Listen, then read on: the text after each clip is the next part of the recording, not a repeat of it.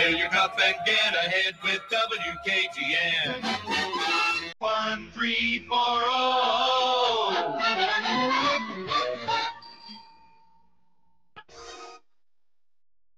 I am untethered and my rage knows no bounds. Ladies and gentlemen. All I know is you never had the makings for varsity athlete. What is it with you and this obsession with this varsity crap? People come to us because they don't sell them and they can't refuse because of the implication. You wonder ever you're a bad man? World needs bad men. We keep the other bad men from the door. Some things are a matter of duty.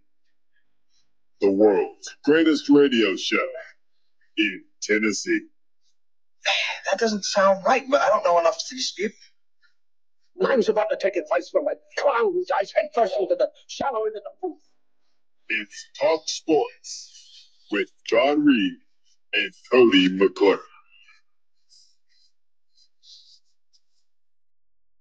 If it is to be said, so it is. So it is.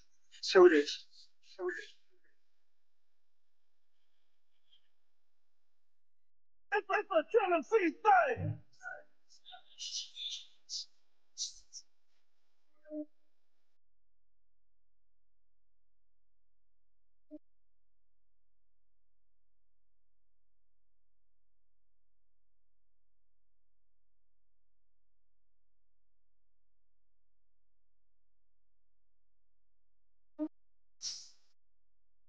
Back in the booth, back on the airwaves, coming at you live from the White Claw Hard Seltzer Studios. Happy Tuesday morning to you. John Reed, Cody McClure. The P team is here. Bad News Bubba, intern Jackson. Feeling good, feeling great. How are you, Cody McClure?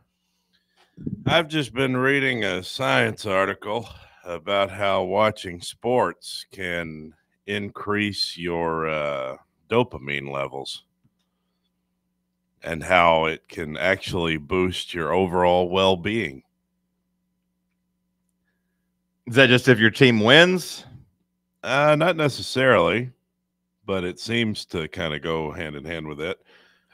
4 reasons watching sports can boost your overall well-being.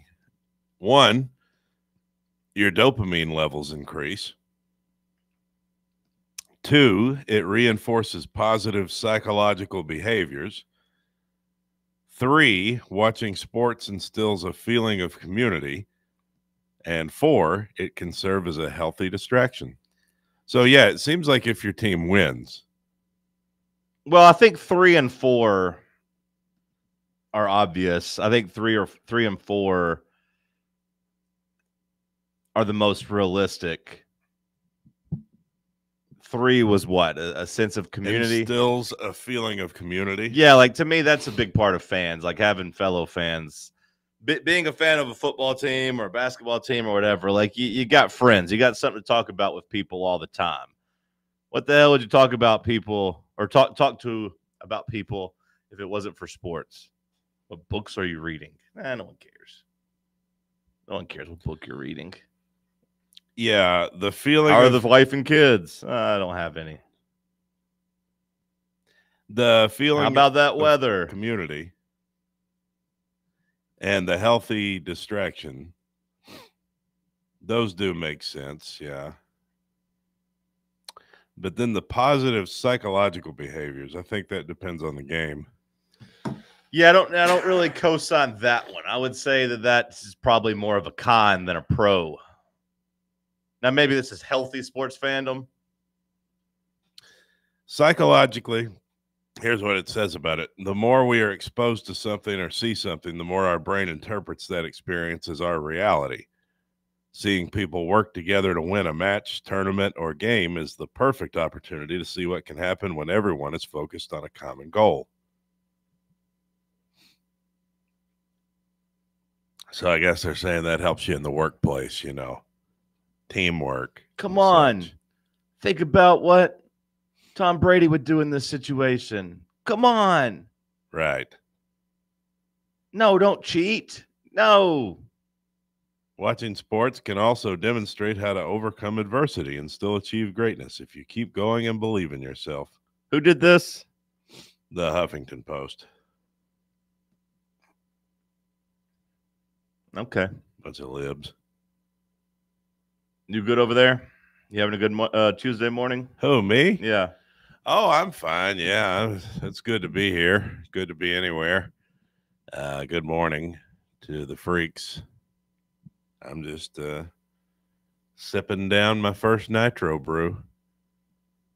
Your first of how many? Shout out to my girls over at Starbucks. They love me. They know me now. They because I go to the same one every day, you know. They got it ready for me when I walk in. I mean, I think they kind of do that for everybody if you put your order in ahead of time, but they call me by name. Hey, Cody, how's your morning going? It'll be a lot better once I get this nitro brew. It's sad to watch a man get addicted to something, to be so weak. It's sad. Bubba, you good over there? Grateful to be alive, John. That's what I like to hear. That's the good stuff. I'm grateful you're alive, too. I'm a proud addict.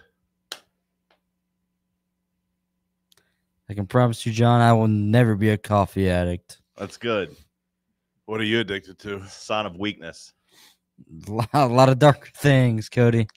A lot of darker things than just a nitro brew. Like chocolate, or what are you getting at? It's too dark. Okay, anyways, Jackson, you good over there? Happy to see you. Yep. Sorry for texting you first thing in the morning yesterday. Oh, it's all right. I was already up. No worries. Oh, you could have texted back if you were already up. It's kind of rude. Well, I feel like not reply. The conversation didn't really apply to me. Well, I know, but you could have been like, ha ha, because I mentioned you by name and said, oh, never mind, Jackson's not going to be here. And you could be like, ha ha. Yeah. Yeah, man, sorry. Ha ha ha. But instead, you didn't react. You didn't respond. Nothing. I thought you were mad at me. No, yesterday was a little bit of a busy day. Oh, was it? You had time to post on Instagram.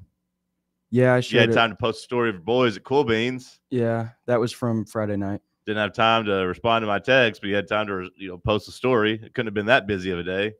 Well, I was in town. I was in Nashville for my brother's 18th birthday, which is today. We celebrated it a little bit early. So it's this Friday you're going to? No, next Wednesday. Next Wednesday is your moving day? Are you helping somebody move? Yes, I'm going down to Oxford for a few days to help my buddy. Yeah, but when's that? Next Wednesday. Next Wednesday? Well, I'll leave Tuesday. Wednesday through Friday? Yes. Okay. The 5th through the 8th. Oh, you mean the 6th through the 8th? Yes. Okay. All right. Well, I got it now. Now you can say you told me because I'll remember. As I was coming. Are you going out of town? Am I going out of town? I don't know. I'm supposed to be out Friday maybe, but I don't know if I'm still going. It's up in the air. You should go. Where were you going to? I'm supposed to go to Vegas. I'm supposed to go to Vegas. I've gotten it's my fault. So this is going to be just a tale of a man that messed up. But for a year now, this new hotel. This isn't. I don't even think this is a flex or anything. But for a year, this new hotel is, or not even a new hotel, it's a really old hotel that apparently renovated all their rooms. They've been sending me an email nonstop. Hey, 5 complimentary free nights. They send it once a week. And I'm always like, okay, I'm going to eventually take them up on it. Okay, I'm going to eventually take them up on it. Which hotel? The Rio.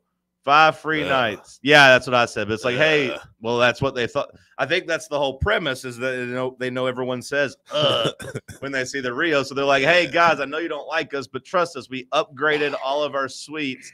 We're a serious hotel now. We're giving you 5 free nights. Come stay. Come hang out. Come on, please. They've been begging me for a year. Take these 5 free nights. Come. And I'm like, okay, eventually I'm going to come. And they're like, please come. And I'm like, okay, I will eventually. So then I had it planned out. Me and my old lady, she's got a couple weeks off. It's right before football season. We're kind of wanting to go see the Backstreet Boys in the Sphere. So it's like, okay, we'll go at the end of July. And we booked a flight. shout out to Delta, use the points. So I'm like, okay, free so far. I got this free room. This will be a pretty easy trip. Ain't got to really pay any money.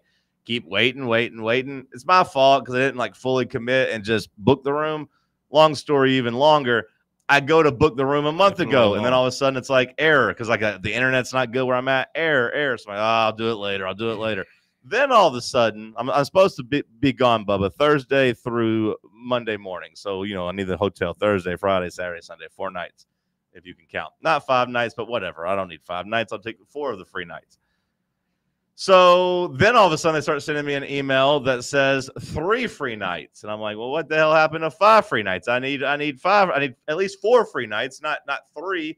So then I try to book again. It's like saying I got to pay for the 4th night. I'm like, I don't want to do that. I got this offer that says it expires in like the end of September. It's the end of July. I got 2 months left of this 5 free nights you've been offering me. But then I'm like, okay, well, maybe it's just 5 free plus 3 free because both offers are showing up. But either way, it won't work. It won't work at all. So then finally, like 3 days ago, I go to do it on desktop. And it keeps blacking out Saturday night. So I can do Thursday, Friday, Sunday. But Saturday, I ain't going to have a room. So I'm like, well, that's no good. That's no good at all. So then I'm like, well, I can't get this to work online. Maybe I'll try calling them. And at the very least, I'll say, hey, I don't need the suite. Just give me a regular room for free. So then I call yesterday, and it's a good one. It's a good one. It's the first time I've ever heard this one. This sounds like a real girl. And she comes on like, hey, my name's Rhea at the Rio. Hey, my name's Rhea. Can I help you with something? And then I say something, and then she pauses for a little bit and then says something again. And I'm like, Rhea, are you a real person? And she's like, no, I'm not. I am a computer-generated assistant, but I do everything a real person does. So I'm like, Rhea, please just let me talk to a real person. And then she keeps trying to talk me out of it. I can do everything a real woman can do. I'm like, I don't know if that's not the case. everything. Yeah, I don't know if that's the case, Rhea. And she's like, trust me, I can do anything. And I said, well, how about you just please connect me to an agent? She's like, well, it's going to be a 20-minute wait. And I was like, I don't care, man. I need to talk to an agent. So I sit there on hold for like 12 minutes. And eventually, Did you say Asian? So then eventually somebody comes on. And, you know, sweet lady. I don't remember her name. She wasn't Rhea. Sweet lady. And then we walk through it, and she's like, oh, yeah, you're kind of in trouble because there's a Star Trek convention in town, and they've booked up all the rooms. So then I'm like, oh, okay. And she's like, well, I can give you this room for this amount. And I was like, so wait, the rooms aren't booked? It's just this offer's blacked out now all of a sudden after you guys telling me for a year to come, begging me to come. Now you're blocking out the one weekend I want to come. And she's like, yeah, sorry. So then I'm waiting. So now I don't know. Long story, even longer, Bubba, Cody. I don't know if I'm going. About get it summed up. I don't know if I'm going because the room's no longer free. I don't know if I want to pay to go to this thing. It's not that big of a deal. She's like, well, if you come in after August 15th, the rooms aren't blacked out anymore and you can come. So then I'm like, okay, do I just push this to August 15th? I don't know. So that's where I'm currently at. Live long and prosper, John. You go to hell, you Star Trekkies. You Star Trekkies, go to hell. That's a very mean thing of you to say. Can you do that without? Oh, shit. Oh, I can do it now. Look at this. I didn't think I could do it, but look. Left hand's better than the right hand. Yeah, I got fat fingers, so it doesn't really. I don't think it's the thickness of the couldn't do it for a while. Just your motor function, your coordination right there happening. Oh, okay. All you there do you is go. put 2 fingers together. Even though you're That's kind of all you split do? your finger kind of downward and upward. Yeah, you used to have to that. push them together for it, but I guess as you get older, maybe it's the arthritis. I don't know. You got to tuck your thumb in there, Cody. Okay. There you go. Well, as of now, I'm planning. I'm making the decision today on whether or not I'll be gone Friday and Monday. Well, I, for one, am hoping you go. The hell's that supposed to mean? I think it'll be a good trip. It'll be a lot of fun. It's Vegas. This guy can't wait to try to cancel the Vegas, show on Friday. baby. And he can't wait to try to cancel it. Oh, we don't need to do a show. Oh, I got a trip planned too soon. I don't know when I'm going though. I got all kinds of things. I got a fantasy football weekend coming up. I got to go to California on Thanksgiving. Got to go home at some point. Me and all the boys got to go lay in a cabin together. It's our weekly romp. Our yearly romp. We got to go. Yeah, try to get it right. I did. My bad. Yeah. Our yearly romp. We got to go all lay in a cabin together. Yeah, we man. just did it like 2 months ago, but we got to Yeah. do it again. Yeah, I have friends. Yeah. So you don't have a bunch of guys to go hang out in the cabin with. Yeah. I don't really miss that. I'm good. Yeah, it's good to have some boys, you know. Oh, we got to go get together. Yeah. We just did it like 3 months ago, but got to do it again. Why would we do it 3 months ago? We do it once You a year. did. You did it like in February, didn't It's you? a different group. We do it once a year. You and the boys, a lot of the same group, ain't it? A couple of crossovers. but, Yeah. I mean, these are a bunch of dudes, different dudes. Nashville, Atlanta. We come from all over. That'll be just fun. Nashville and Atlanta. That's in what, 3 weeks? The 22nd, is that right? Yeah, I think so. Yeah. Which that weekend is I always get in a real football mood that weekend because obviously you're there for that, you know. And then week 0, college football starts. Class will start up that week here. That may be one of my favorite weeks of the year. That first week. Like you get that energy back in town, you know, and then you get the fantasy football. And I'd imagine it's nice to have a place to go draft too. That gets the juices flowing. The week 0 football doesn't do much for me. Although last year Georgia Tech, Florida State was pretty good. Well, there's always one good game.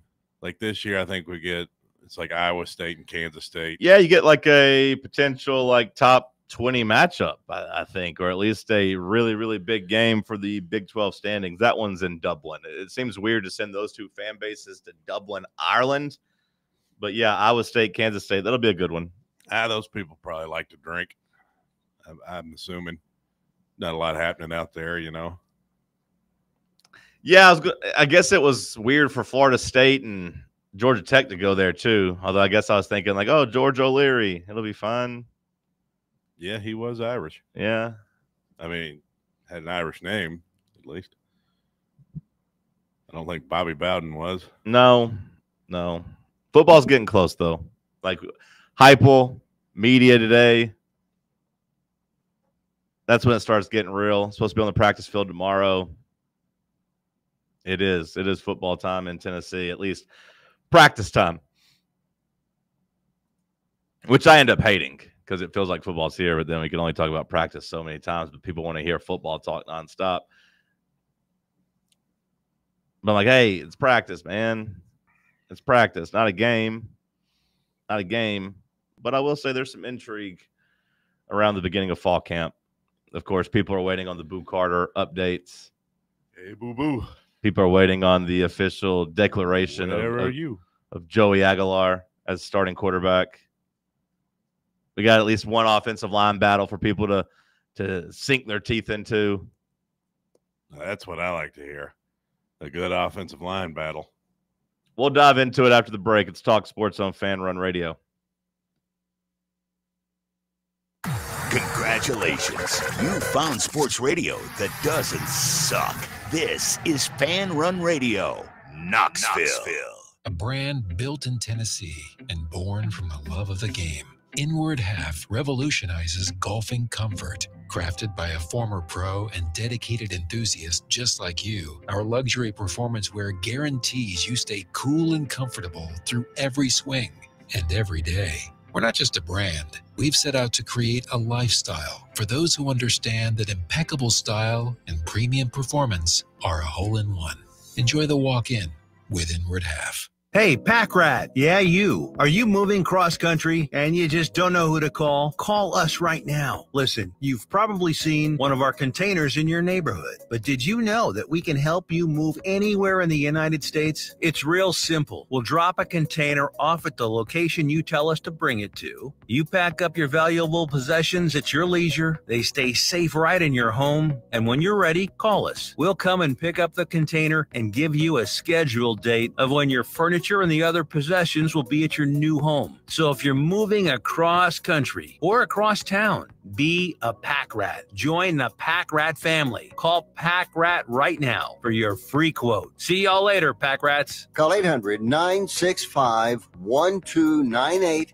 800-965-1298. 800-965-1298. That's 800-965-1298. White Claw is taking hard seltzer to new heights with White Claw Surge. At 8% alcohol, White Claw Surge is a stronger wave of refreshment that doesn't compromise on taste. Available in 4 bold waves of flavor like ripe blackberry, citrusy blood orange, zesty natural lime, and tart cranberry. Check out your favorite retailer in-store and online for the White Claw Surge Variety 12-pack and 16-ounce single-serve cans. White Claw Surge. Please drink responsibly. Ready to launch your career? Axle Logistics is a leading third-party logistics company where excellence is an energy. With an award-winning culture, Axle proves that positive outcomes come from a positive environment and a work hard, play hard mentality. At Axle, the drive for success is infectious. And with an uncapped commission structure, hard work isn't just noticed, it's rewarded. For those with big goals and even bigger dreams, Axle Logistics is the place to start your career.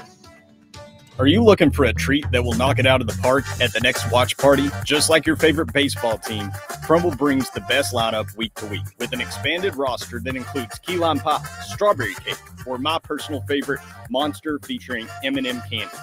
Let Crumble treat you to the best cookies in the game.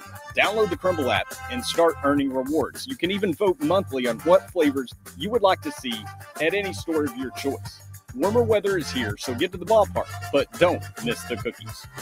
Good morning, T-Dot's already out here assisting with a couple of disabled vehicles. It's busy already coming off that ramp from Western Avenue on to 640 going westbound. It's a steady flow of traffic right now coming over Jellicoe Mountain on 75 southbound, traveling down through that northern section of Campbell County right now. A little bit of radar in certain parts of Campbell County and Anderson County as well on the interstate, so be careful. Hey, turn your gold and silver coins into cash today at Fountain City Jewelers, located in the heart of Fountain City right next to Litton's. I'm Commander Chuck with your on-time traffic.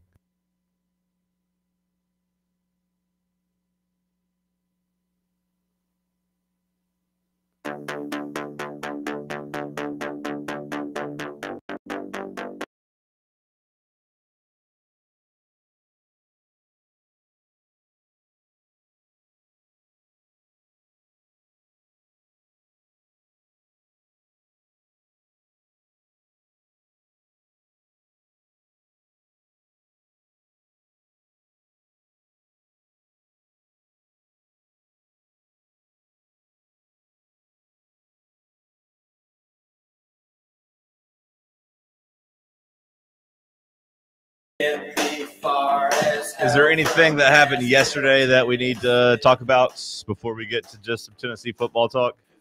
5 people were killed in a shooting outside a building that houses the NFL headquarters. Oh, yeah? In Manhattan. Yeah. I didn't see that. Yeah, including one NFL employee seriously injured. I don't know if any of them died, but it was right outside, or it was at the league headquarters.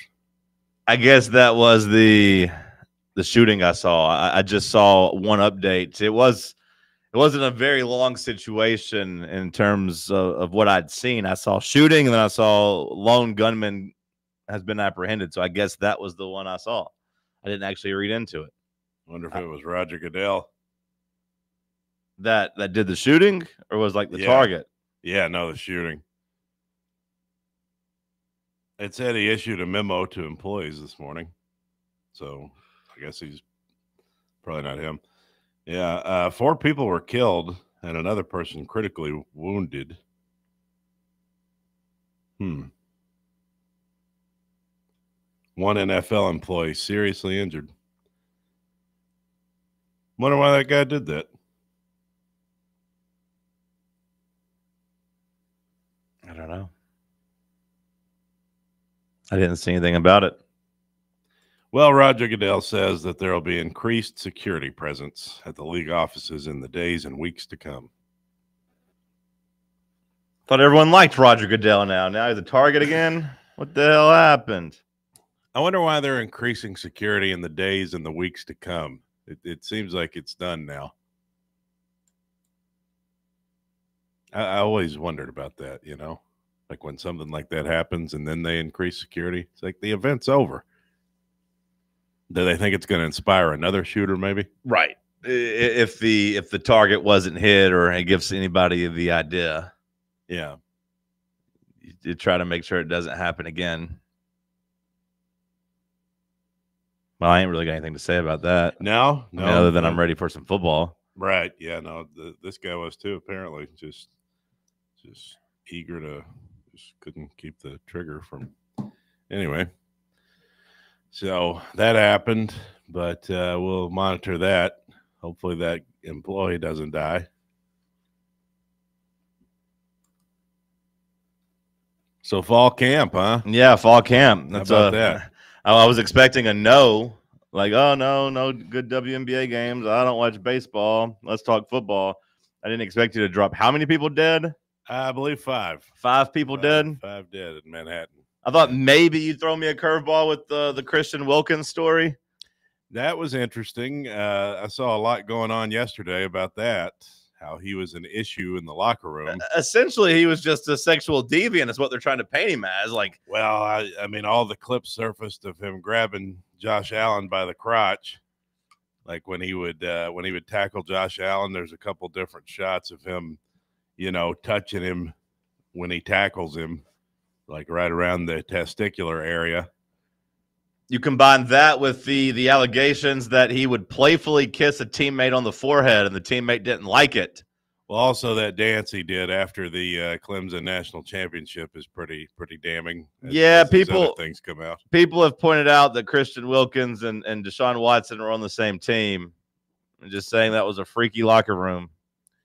Yeah. So the allegations basically against Christian Wilkins is that he's a homosexual. And that's an interesting locker room dynamic, of course, when you see that now he's been shipped off, right? So that's it's interesting to say the least. Yeah, I thought we might start there, not 5 people getting shot. Well, yeah, I mean, that's just what's in the news. I can't control the news. It's football related. It's all football related, somewhat. Fall camp. Yeah. So Boo Carter, I guess we're going to hear a big statement on that today, huh? I would imagine that we just say that, like at this point, I thought it might be a little bit more straightforward. I know we talked about it yesterday, and I think we were up to like what 80% that he would be back, 60%. I don't remember what damn percentage I gave. It was higher than the 20%. I said 85. Yeah, and I said I wasn't ready to go that high, but I don't know if I actually gave it a number. I know last week I'd said 20%, and I said I'd gone up quite a bit from there. I think I gave it a 2/3, 66%. Then, after we got off the air, people are like, hey, he's made it back to Knoxville. And everyone's like, yeah, he's back 100%. Boo Carter's with the team. And then last night, the reports coming out were like, not exactly. There was no big team meeting last night with everybody. That happens today. Mm-hmm. Last night was like a select few teammates getting together, maybe the leadership people or just certain groups. And he was not reportedly included in that. So it's not like he was in any team functions last night. So we'll get a little bit more information today, but I would imagine it's an ongoing situation, and there will be a checklist of things he has to decide whether or not he wants to do. Yeah, I think they're going to get it smoothed out. That's how it sounds like it's trending. It does still feel like it's trending that way, but it is not official. And it did not like pass some big hurdle last night in a team meeting, according to reports. No, but it seems like it would be a weird day for it to go sideways. I mean, you don't rule out the possibility, I guess, but if I was you, I'd raise your percentage. I think it's no. I feel pretty good about it. it. 2/3 is still good for me. I'm not going to move it up any higher than that. 2/3 is still good. I'm up to 88%. I respect your ability to go up there. I respect your right to increase your percentage. I'm climbing that mountain. I respect that. I'm up near the top of Percentage Mountain. Bubba, what percentage are you? Not on the peak yet. 67. Whoa, what a copycat. One upper. Well, no, we're both at 67. 2/3. Yours is because of rounding numbers. I was 2/3 at 66 and 2/3, so we round up to 67. He's not up at me. We round up here. Go to Then I go to 68. 68. No, come Yeah, on. one upper. He's a one upper. What a guy. What a schmo hog. Jackson, you have an opportunity to do the funniest thing ever here. I'm pretty confident. Die on air.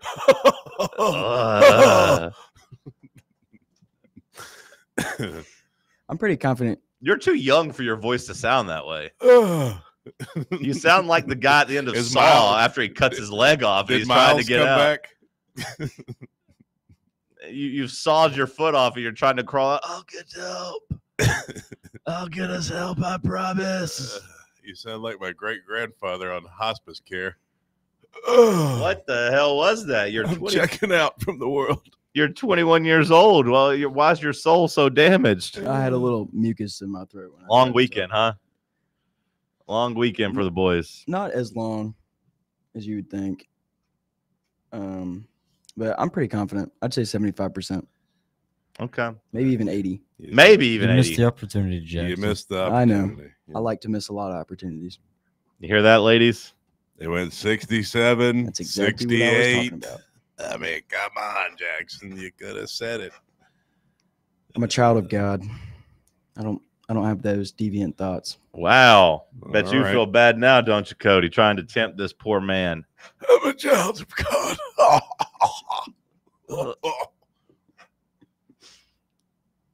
We'll get a list of things to do, and we'll find out. I would imagine we'll have an idea fairly quickly on whether or not he intends to do those things, to jump through those hurdles. So maybe Cody's more on track with the 88%. Coming back to town was a good step in the right direction. I mean, it'd be a damn shame if we lost him now. Yeah. Yeah. I didn't really count him, but I saw our boy Landon, More Important Issues. They do some stuff on the station here, although they haven't come to the damn studio in so long. Well, they've had more important things to do. They've had more important issues to handle out, I guess. Plus, we did some renovation whenever they were trying to come in. We were trying to get our video back up and fixed, but it kind of got the wheels spinning, posting about this. So I don't want to completely rip off his topic, but Boo, I think, is attached to it. But when you look at Boo and you look at mostly Jermod McCoy and Ricky Gibson, Cody, this is the best you felt about Tennessee's cornerbacks since when? Well, Boo, would you just say defensive backs, or you say? Well, he's a nickel, so I mean, he's like a hybrid. He's kind of involved in it. Okay. Kind of not involved in it, but really, like, even if you just focus on the outside with Ricky Gibson, a year two of being a starter, and Jermod McCoy, even honestly with the ACL, this would be even more of a slam dunk without it, of course. But he's dealing with coming back from injury. Although I do think ACL tears in 2025 not anywhere near what they used to be 15, 20 years ago. Whenever that was a near death sentence. Yeah, I'm not worried about that. The ACL, he'll be back. He'll be fine. And when I say death sentence, it wasn't even 15 or 20 years ago. The death sentence, it was more like 25, 30 years ago. Yeah, I mean, it's been what, almost 8 months. I mean, I think he'll be fine coming back from the ACL. To answer that question, I mean, I feel like you got to go way back, don't you? The best, when's the last time you felt this good at corner? I mean, Cam Sutton, but who was opposite Cam Sutton like 2016? Emmanuel Mosley. Okay, well, he ended up being pretty damn good. He ended up in the NFL, yeah, but I don't know how we felt about him, coming into the into the season. I mean, you got to at least go back to that and probably further, because I don't recall feeling great about Emmanuel Mosley in college, right? No, I don't. He blossomed in the NFL. Yeah, no, I don't think we felt great about that. So I don't know if I can answer that question. I mean, the 90s, early 2000s, do you have an answer? No, I mean, I went back and looked, but I kind of quit, 10 years ago because Jason Allen. I mean, I think the exercise, when it got me to Emmanuel Mosley and Cam Sutton, I was like, okay, that's good enough. That's good enough. Like, at that point, Cam Sutton would have been, I believe, a senior, if I remember correctly. Yeah, 2016. Yeah. Yeah. He was a freshman in 13. Warren Burrell, checks out. you know, I remember I feel like in 2020, like if we're just looking at like offseason hype and confidence, I do feel like in 2020 we were pretty high on Alontae Taylor and Bryce Thompson. Like I feel like we thought that was a pretty good duo. Bryce Thompson was thought of as a really good player. Now, I don't remember the exact year he was, you know, maybe shooting up gates and stuff and being in trouble, but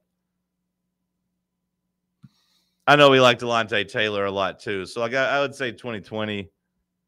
Alontae Taylor was a nice player. Yeah.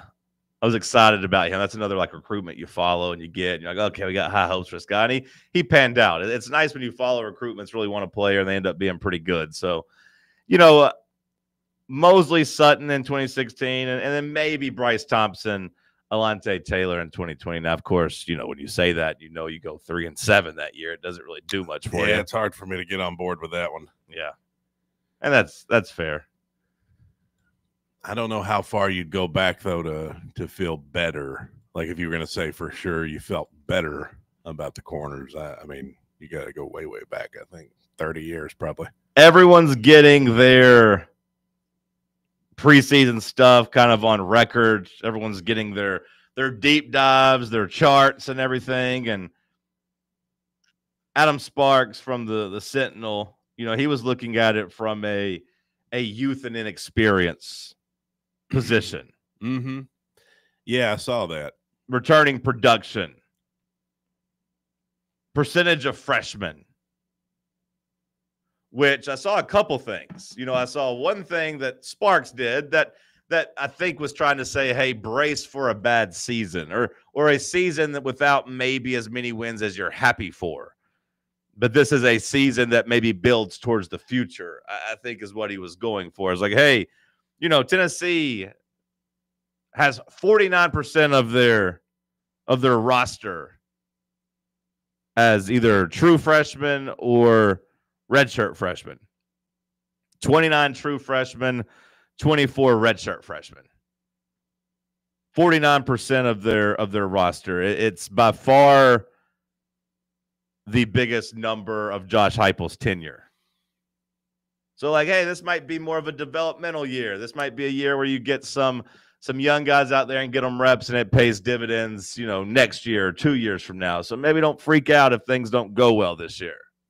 Now, can you tell me the other four Heupel teams? Because I know last year it was what, like 42%? Last year was 40%. You 40%. had 30 true freshmen, 19 redshirt freshmen, 40% of your 124-man roster. 2023 was 42%.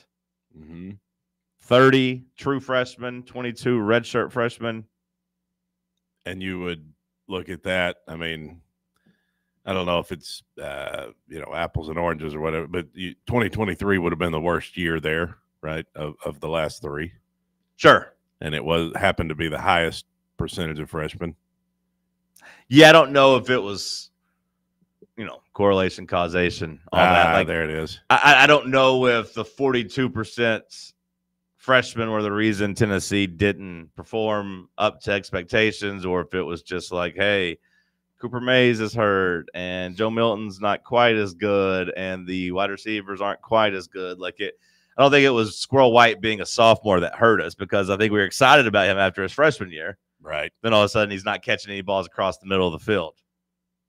Yeah. Like the wide receivers were full of veterans and none of those guys really panned out. So like I don't feel like it was the freshmen that derailed us in 23. I thought it was our veteran quarterback or our veteran wide receivers not being good. Squirrel White, what a bust. 22% if you're curious. Or excuse me, 2022 if you're curious. 37%. I hated how Squirrel White would just dart back and forth and never be able to decide where he was going. Barely even caught any damn nuts. 37% of your roster was freshmen in 2022. Of course, that was a 10-2 season. 2021, Josh Heupel's first year, 32%. I can remember around this time of the year. Those stats courtesy of the Knoxville News Sentinel. I can remember around this time of the year going through the depth chart the last few seasons, how we would look at it and be like, oh, senior, junior, senior. When you look at it this year, you don't get that same you don't quite get that same vibe. It is a relatively young team. Is it a level of concern for you? Because, I don't think we've really talked too much about the inexperience other than, at the wide receiver position. I don't think we've looked at other positions and said, not a lot of juniors, not a lot of seniors. But these numbers, 49%, it's damn near half your roster. Does that concern you? Let us know in the comments over on Fan Run TV. You can also tweet us to let us know. We will dive into that after the break and continue the conversation. Stick with us. Let's talk sports on Fan Run Radio. Vodka made with real brewed tea is only 100 calories, 2 grams of sugar with no bubbles and no troubles. That's right, 0 carbonation, so it's easy to sip and enjoy. Headed to a game day or party at a friend's house? Bring an iced tea or lemonade variety pack from Surfside or try their green tea and new raspberry tea vodka. Find the can with the sunset stripes this season. Surfside iced tea and vodka, sold at bars, restaurants, and stores near you. Surfside iced tea and vodka, sunshine in a can. Must be 21 or older. Enjoy responsibly. Rickard Ridge Barbecue, located in beautiful Cove Lake State Park. Rickard Ridge is home of the best ribs in the Volunteer State. Smoked daily by Pitmaster Mark Rickard. The barbecue at Rickard Ridge is mouth-watering, fall-off-the-bone delicious. Take the scenic drive up I-75 to exit 134. For directions and to look at the rest of the menu, visit Rickard Ridge online at rickardridgebbq.com. Is your smile ready for the spotlight? Hi, I'm Dr. Jacob Wilco, and at Knoxville Smiles, we make every visit a reason to smile. From routine cleanings to dazzling cosmetic treatments, our experienced team uses the latest technology to keep your teeth healthy and your smile bright. With a warm, welcoming atmosphere and personalized care, we're here to make sure you leave feeling your best. Don't wait. Your perfect smile is just a call away. Book your appointment today at 865-539-1776 or online at knoxvillesmiles.com. Smile brighter with Knoxville Smiles. Blackford Veterinary Surgery Referral specializes in surgeries not regularly performed by your pet's general veterinarian. They're currently accepting referrals from vets all across the country. With their newly renovated state-of-the-art surgery center and highly trained staff, clients can rely on professional and thorough care. If your vet says that your pet needs surgery or rehab, ask for a referral to Blackford Vet and let them get your best friend back on its feet. Located conveniently in West Knoxville. For more information, visit blackfordvetsurgery.com. Running a business, coaching a team, planning your next big event, you need more than just gear. You need SM Athletics and Logo Solutions. Custom uniforms, branded apparel, promotional products, done right, done fast, and built to show off your brand with pride. From local businesses to high schools to major universities, SM Athletics is trusted by winners. Get real service, get real quality, get noticed. SM Athletics and Logo Solutions, where your brand comes to life. Visit smathletics.com and let's build something great together. Good morning. It's moving a little bit better from that earlier wreck we had on 40 westbound at 17th Street. Again, it's had traffic busy through downtown Knoxville for the last 30 minutes or so. It's already busy there on I-40 at Hall of Fame. Again, wrapping up the paperwork, 40 westbound at 17th Street. It's gotten heavier out here in West Knoxville. 40 east and west over the top of West Hills. Check engine light on. Knuckle Busters Amco. Well, check it out for free. Google search Knuckle Busters Amco Knoxville. Amco, serving East Tennessee since 1962. I'm Commander Chuck with your on-time traffic. Your everything station for your everything school. Fan Run Radio.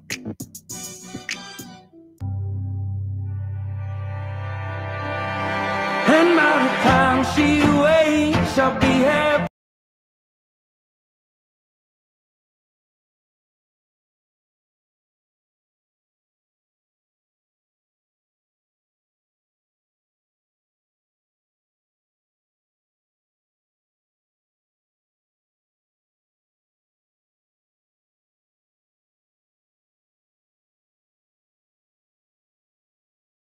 All right, back here on the program. Drink White Claw Hard Seltzer. Drink it responsibly. Does the inexperience, does it concern you? 49% is a high number. 49% is a high number, but, you know, I saw another college football smart media member talk about how Tennessee is the perfect, you know, one of a handful of teams to keep an eye on, to buy into, because of roster retention and investing, if you will, into their roster of highly rated guys, that, you know, retaining them versus going out and trying to build through the transfer portal. That's been kind of a recipe for success for a lot of schools, having your players just get better versus going out and buying some guys that maybe aren't as good as them. Hey, would you rather have a 3-star that played well at a small school, or would you rather, you know, keep one of your highly ranked 4-stars that maybe haven't panned out just yet, or your 5-star wide receiver?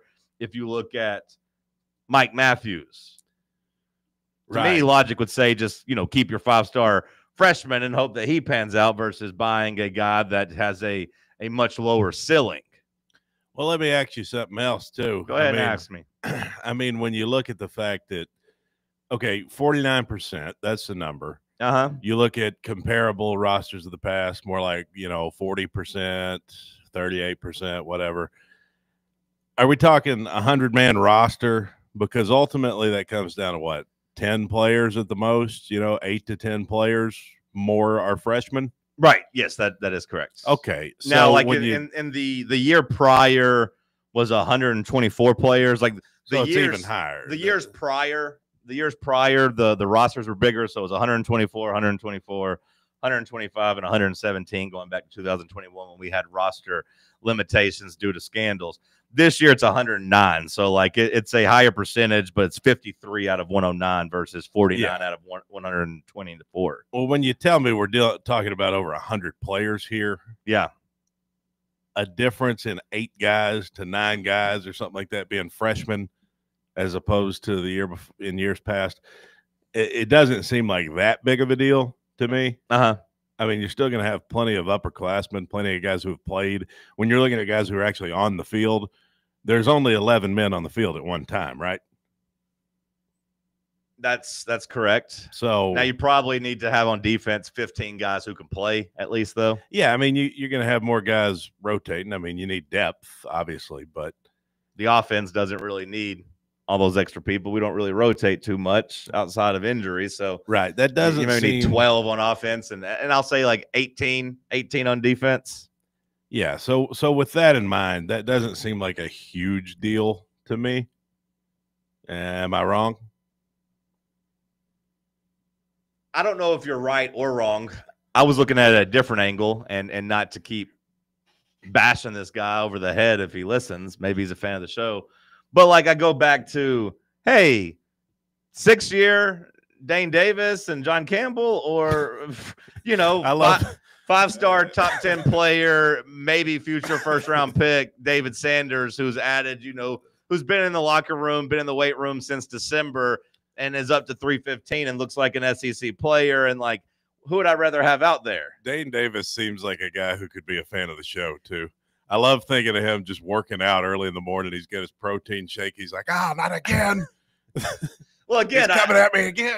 I'm not coming at him. I'm not trying to, at least. But like, I would hope that, you know, somebody that grew up here and a East Tennessee guy, I would hope he's a Vol fan. Like, it seems like being a Vol meant a lot to him. So I'd hope he'd be willing to do what's best for the greater good. And I think he would say, yeah, having a 5-star, super talented, potential top 10 pick is better than me out there. I mean, I don't know that he would think that. I would hope he would think that. I would hope he'd have a little self-awareness. And again, I give him all the credit in the world for being a VFL and maximizing all of his potential and really all of his opportunities. I mean, he got to start in the SEC. That's a big-time win. I look so jacked in this inward half polo. I can see myself in the reflection of the glass. That's funny. Chat, let us know. Does Cody look, quote, so jacked in his inward half polo, inwardhalf.com? if you're watching on Fan Run TV. What By are you the going way, to say, Jackson? You're going to disparage me? By the way, 899 followers on Instagram. A, it's still embarrassing that we're not over 1,000. But B, can you at least get us over 900? Go like Fan Run Sports, please. Just go do it. It's Or not I'm gonna me get fired. personally, Cody. It's Brett from the chat says, no, I think that's a car cover for a 64 Buick with a collar. What, this shirt? Yeah. That doesn't really insult Cody. That's insulting our sponsor. And A, there's nothing wrong with looking like a car cover. Some of those car covers look cool. And B, it's a beautiful shirt. Yeah, I mean, criticizing this shirt. I mean, come on, man. He just said, just kidding. Love you, Cody. You know what? Love you too, but like, Yeah. where are you going to find a cooler shirt than this? I mean, Do it again. Flex a little bit. I used to love doing the shoulders, the traps. Like I used to back in when I was a varsity athlete, I had really big traps.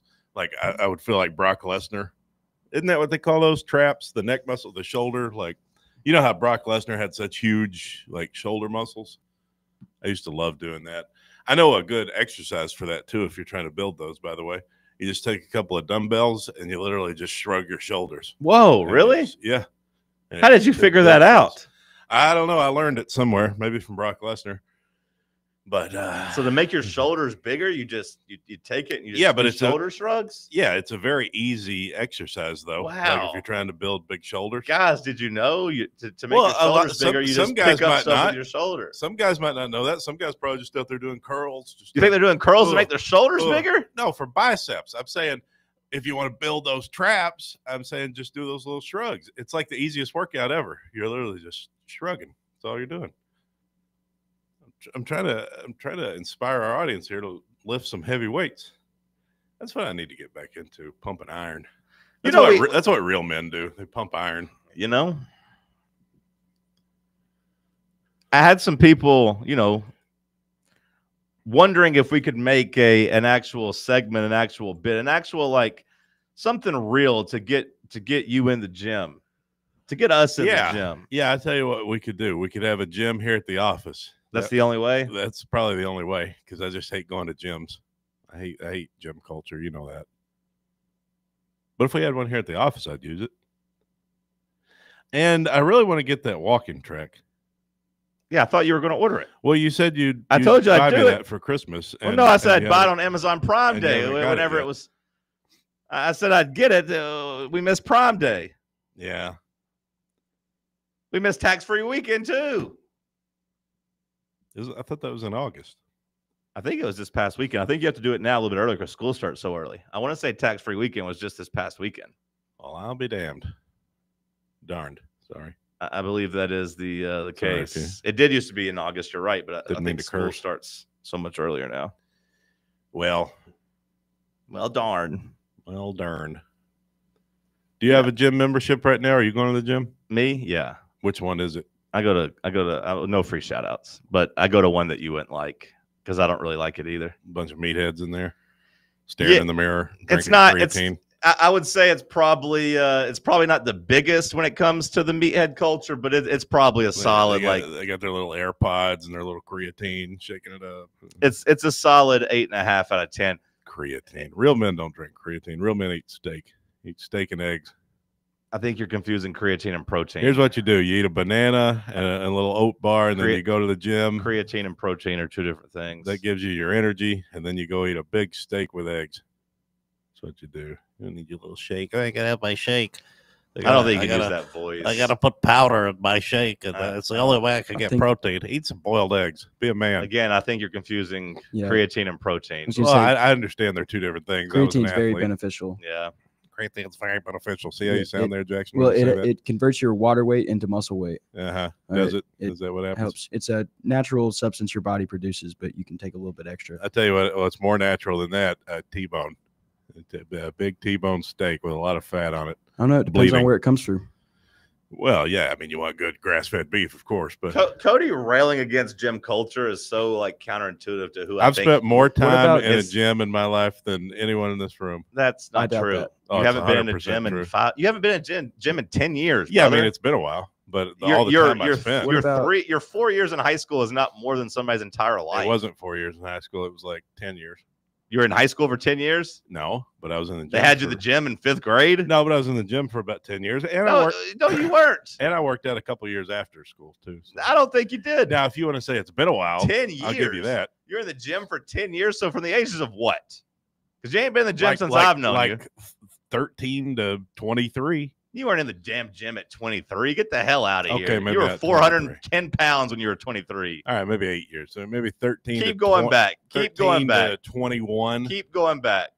13 to 21. Let's go back a little bit further. All right, 20. 13 to 20. When I left home, I didn't. 20? You know I knew you. Oh, you're talking about age 20. Okay. Yeah. I thought you were saying. Age 13 to age 20, I was in the gym. I mean, That's not true. Yeah, it is true. You did not go to the gym in college. You didn't go to the gym in college at all. Community college. If you don't like, they don't have gyms in community colleges. I wasn't going to the community college gym. If you don't like gym culture, there's no way you were going whenever you were in college. No way. Community college back home. I was going to the gym back home. What back home? Just Anytime Fitness? You're the going to swipe the card? The high school gym. You're hanging around high schoolers when you were 20?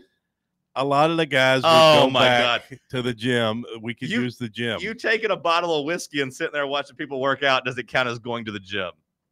I was working out. I was working out from 13 to 20. I think you told us that you got up to like 400 pounds when you were 20.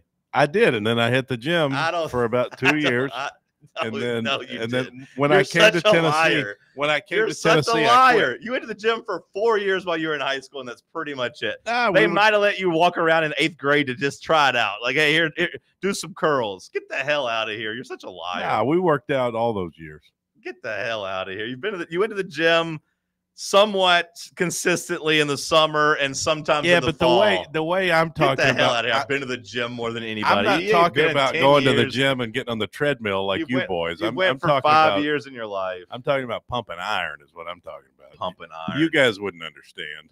The guy can bench press going and doing your little. The guy's bench kettlebells. pressing 175 and acting like he's some big strong. Try Get the hell out of here. 445. Try 445. I'm not talking about on steroids, buddy. I'm talking right now. You guys do right your little now. kettlebells and your little treadmills. That's not the treadmills. gym What's I'm that? talking about. I'm talking about that iron It's so pumping funny gym, just son. everybody watching on video. I'm talking about you that bench talking this press, way. son. That squat rack. Yeah. Bubba, send us a break. Hour one's over. Hour two is coming at you. It's Talk Sports on Fan Run Radio. Check out our new and improved website at fanrunradio.com. Located in Knoxville's historic Old City, Barley's offers great food, live music, the best draft beer selection in town, and now your new favorite place to watch sports.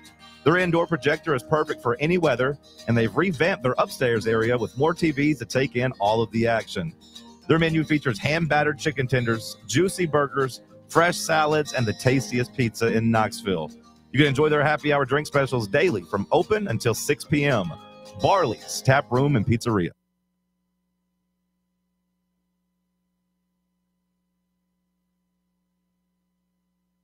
Yeehaw! I've been hooting and hollering ever since I started betting with the VIP Play app. VIP Play has more than 200 leagues, every bet type you can imagine, live betting and live hosts, all with 24/7 support from real live people when you need them. Start betting better with the VIP Play app today. Don't be a better, be a better with VIP Play today. Download VIP Play today or head to VIPPlayApp.com. Make sure you use the promo code FANRUN to take advantage of their welcome bonus and so they know that we sent you. Gambling problem? Call 1-800-8899-789. Must be 21 or older and located in Tennessee to bet. You're listening to FM 105.7 and AM 1340, WKGN Knoxville, and W289CU Knoxville, Fan Run Radio. We really need to get some branded stuff. Shirts, hats, promo items, something professional. I mean, we could just find a website and order a bunch of it ourselves. You could, but you're taking a big risk. You don't know the quality, the fit, the timeline. It's a roll of the dice. Yeah, I guess. But isn't that how everyone does it now?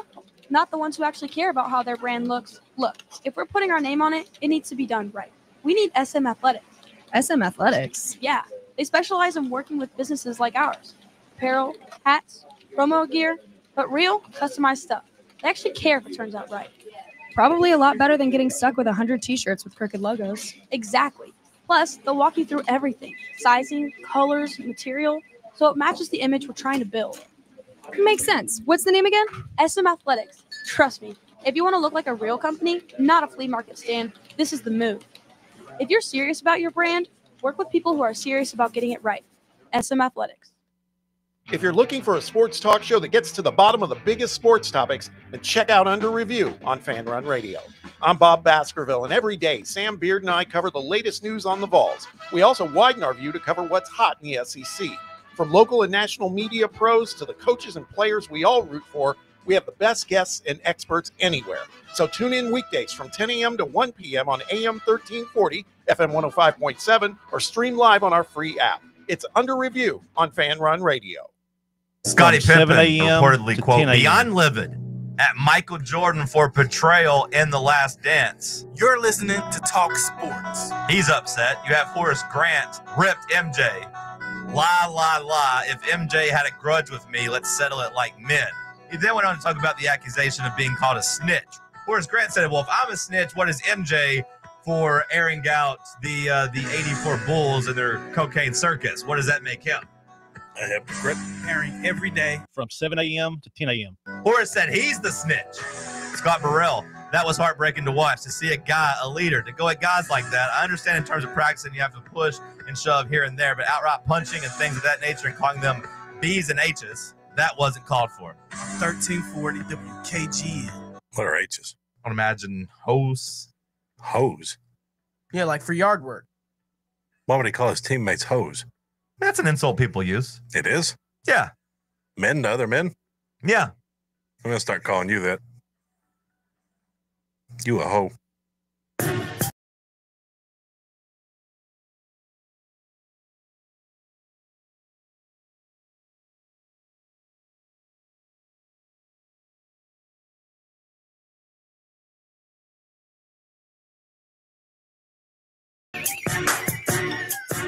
Hour number 2 kicking off here in the White Claw Hard Seltzer Studios. We love our audience feedback. Shout out to everyone watching on Fan Run TV and over on Facebook. Jackson, you said you got some feedback we need to get to? Yeah. Let me just make sure. Yep, we are unmuted this time.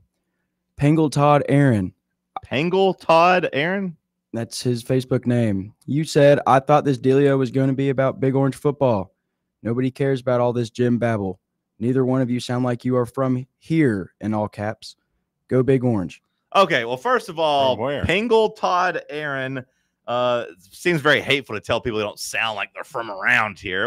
Just relax. You're trying to round us up? Billie Eilish over here? Yeah, you're trying to round us up? Don't nobody look like me here. Second of all, am from around here. An hour south of here. 40 minutes south of here, really. So not from here. Well, I mean, if here is specifically Knoxville, or if he means Facebook, I'm not from Facebook. I live on Middlebrook Pike. I'm not from Facebook, but I assume here means like East Tennessee. I figured 40 minutes south of here would scratch that itch.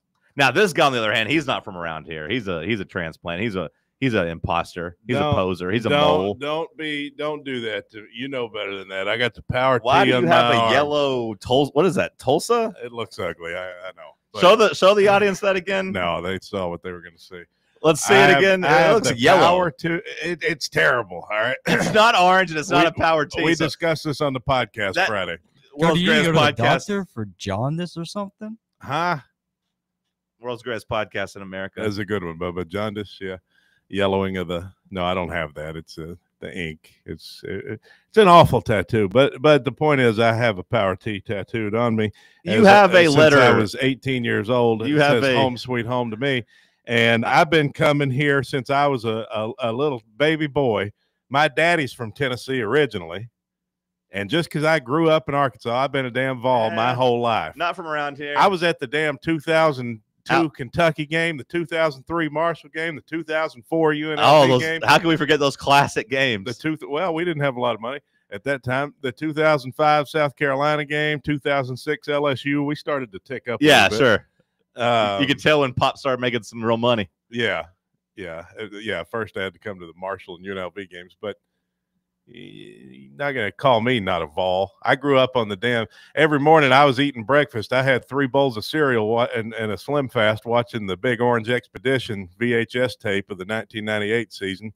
I'm just telling you what Pringle Todd said. And you are technically not from around here, so I mean he's not wrong. I mean, technically, I didn't grow up here. That's yeah, true, you're not an East Tennessean. I'm as Vol as anybody here. Maybe not you, but I mean, definitely more than Bubba and Jackson. More than Bubba? More than Bubba and Jackson. They ain't balled up like I am. They weren't the 03 Marshall game. I wasn't born, but I was raised here. So, Okay. Well, same idea. My heart was always here. Sounds like your heart was in UT Arkansas. graduate. Are you a UT graduate, Jackson? Ask me in a couple Are months. you a UT graduate? Oh, not a UT graduate. I'm not yet. Didn't think so. Boom. But it does sound like your heart was growing up in Arkansas. Whoa. A boy can't help where he's raised. I was just a boy. I could. I was born in Vegas and wanted to come out here, so I did. You were born in Vegas? Mm-hmm. That's wild. Fourth of all, Pringle Todd, we talked Vol football for 45 damn minutes. Give us 3 minutes to talk about something else. We got 3 hours to fill. Yeah, Damn what do you Schmohawk. want, man? Now look how much time you made us waste talking about you. We talked about your dumbass more than we talked about the gym. Oh, this guy's a loyal listener. He's not loyal. What's his name? Pringle? It's Pangle Todd. Once you Aaron. pop, the fun don't stop. But We I spent like more time dealing with Pringle. this. Yeah. And what's with using the word Dillio either? We thank you for listening, Pangle Todd. Yeah. Well, yeah, we do thank you for appreciate listening. Thank you for commenting too. It all helps the algorithm. The more you guys chat, the better it is. Keep chatting away, even if you're saying dumb stuff. At the end of the day, we appreciate you. Perry writes in, if Cody goes to the gym, then Shot Tuttle fell in a helmet. There we go. I ain't That's been to the gym in a while, all right? That's a timely reference. I was to saying Shot in my Tuttle life, I've falling spent on a a lot of helmet. time in the gym. A life is a combined number of years. I mean, it's been a while. Of Sure. spending 5 years of your 32 years on the planet, I wouldn't consider a lot of time. But either way, let's get Was to I some supposed hour to go two when I headlines. was 3? Hour 2 headlines. Thanks, John. We have a couple of deaths. The Hall More of death. Okay. Yeah, the news is the news. Yeah, Hall of Famer and Cubs legend Ryne Sandberg died at 65 after a battle with cancer. He was a Cubs player for many years, spent 16 seasons in the MLB. First one in Philadelphia, and then, every other season after that, he was in Chicago. Won an MVP. Hall of Famer. Hall of Famer, 9-time Gold Glover. A lot of people's favorite player from those like early 90s Cubs. Yep.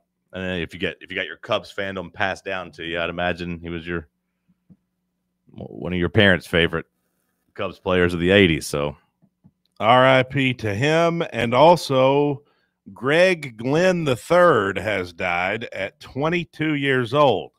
A tragic accident. If you're wondering who Greg Glenn III is, he's he was a college basketball player for Tulane. Star basketball player. Began his college career at Michigan before starring for the Green Wave. Greg Glenn III, the school announced Monday he had died in a tragic accident last weekend. The school did not disclose the cause of death. Okay. So that's sad news there, as a college athlete is no longer with us.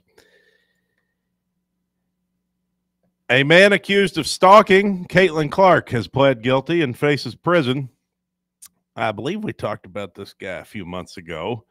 He was the man who believed he was in a relationship with Caitlin Clark.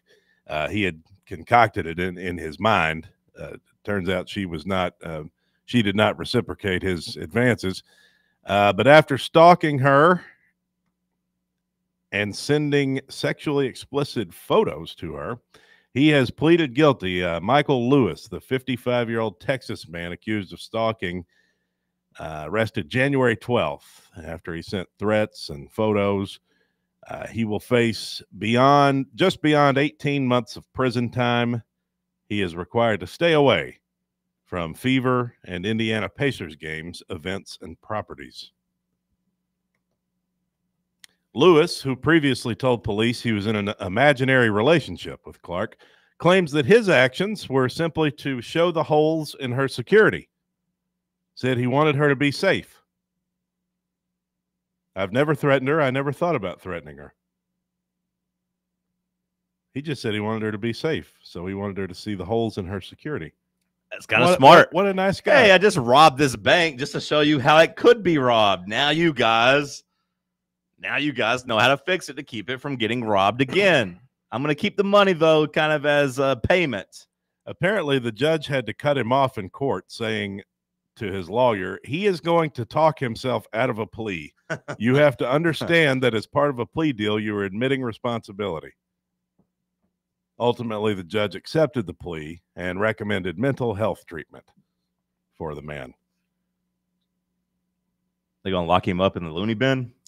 It says he's doing 18 months in prison, and then, we'll see after that. Okay.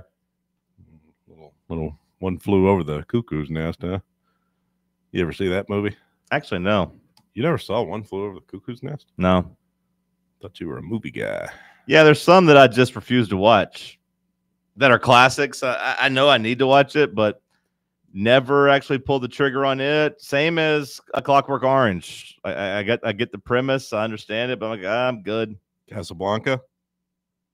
No, never Casablanca either. Damn. I've seen pieces of Casablanca, but I don't think I've ever watched it from start to finish. Citizen Kane? No, I've never watched Citizen Kane. Oh, my God. Gone with the Wind? I watched Gone with the Wind. That's probably not true. I watched Gone with the Wind when I was a kid. That and Dances with the Wolves as a kid. I haven't watched Kevin Costner. I haven't watched it as an adult. Guy says he's a movie guy. Deion Sanders gave a big update yesterday on his health. A lot of idiots thought he was getting ready to retire. I watched this one guy here write a whole article about how Deion Sanders was stepping away from football to have it ready to go, and then had to just delete it afterwards. It's called a shell. It's called having it in the queue, ready to go. And it was not an entire article. It was a headline and like a couple sentences. And I was like, all right, let's see what he says. And then he said, hey, I have just defeated cancer and I'm still the coach. And I was like, all right, send to recycling bin. I understood why you wrote it. But if you remember when we had the conversation, I was like, man, it feels really hard to make this announcement right at the beginning of fall camp. Like, I feel like if you were going to actually step away, you would have done it in the off season. Right. Not right on the announcement of fall camp, not right as practice is getting ready to start. And I'm glad, of course, Deion is healthy and on the mends. He was clearly dealing with something. Of course, now we know what he was dealing with, cancer. But as Cody said yesterday, he's one of, if not the most interesting person in college football when it comes to coaches, especially. So I'm happy that he's good to go. Said they found a tumor and had to remove it, but he said they got him in good shape now. He's cancer-free. Encouraged other men to go get checked out because he said if he hadn't gotten checked out for something else, he wouldn't have seen this, and so he was happy to give an update on his health. Showed a little humor, said he can't pee like he used to, and he's had to rely on Depends. He's kind of being funny, Yeah, it's tough. And said they might keep a porta potty on the sideline, but good for him. He beat it. Also, hey, we didn't even mention this to start the show. Maybe this is what Mr. Pringle was upset about, but we got a big recruit yesterday. Did you see that? Top 50 recruit Joel Wyatt. That's right. To Tennessee. That's right. Joel Wyatt. Take that. Or is it Joel? Joel Wyatt? Yeah. Well, I can't say for sure. I don't. Well, Sam told me it was Joel, which for some reason he said doesn't sound as good as Joel. I believe it is Joel. Joel Wyatt. Yeah, I believe it is Joel. Commits to the Vols. Take that, Vandy. He's maybe our second best recruit, according to some of these the composites and whatnot. Yeah, his recruitment was fascinating in the sense of it seemed like he was really insistent on staying in Tennessee. But it seemed like Tennessee was really insistent on having him play basically defensive end. And he was like, no, I don't want to do that. And they're like, trust this guy. That's what you need to do. He's like, I want to do other positions. I want to try safety. And they're like, bro, I don't know if you're fast enough. You're too big to be a safety. He's like, well, that's what I want to do. And Vandy was just like, yeah, you can do whatever you want here, bro. You can have our NIL budget. You can do whatever you want. You're a top 60 player. We'd love to have you. And then all of a sudden, I believe it was Oklahoma came charging in like, we want you. But he's like, no, I don't want to go to Oklahoma. I want to stay in Tennessee. And Tennessee and him, I guess, figured something out when it comes to his position. So I guess he'll get a first crack at safety, but he does seem like one of those guys that feels like he's going to be too big to play out there. I mean, he's already 6'4", 200. Like, I mean, I feel like he's only going to get heavier. We'll see where he ends up. But either way, it's a nice get for Tennessee. An in-state kid, like Cody said, a top 100 player. He's number 58 on Rivals rankings. He's a 94. Pretty solid guy.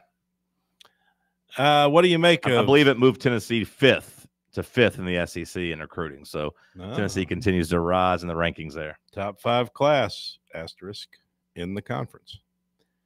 What do you make of Dave Aranda using the word midget 3 times? I don't know, man. Are we going to really cry about that? I mean, I'm not a short person. I'm not a small person. So, I mean, if they're offended, they have the right to be offended. It's not me. I don't have anybody in my life. Very upset by this. Come on. Hey, Dave Aranda, you don't call us that. That's foul. Is that not a good voice for him? That's crazy, as Bubba would say. That's sad. After what they did to Judy Garland, I mean, I don't know that they got a lot of room to talk. I don't think you can say they as if that represents the entire small person community. There's a group of drunk actors. I think it's very dangerous to start attributing foul behavior of a small group to everyone.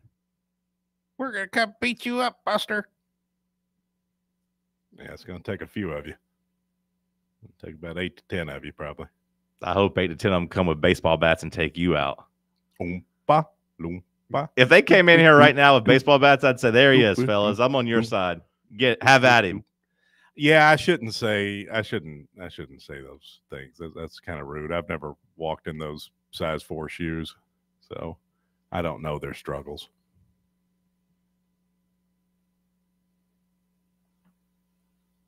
That's sad. Oompa, loompa, doopy doop doop. And Cordero Patterson was released by the Steelers on his day off.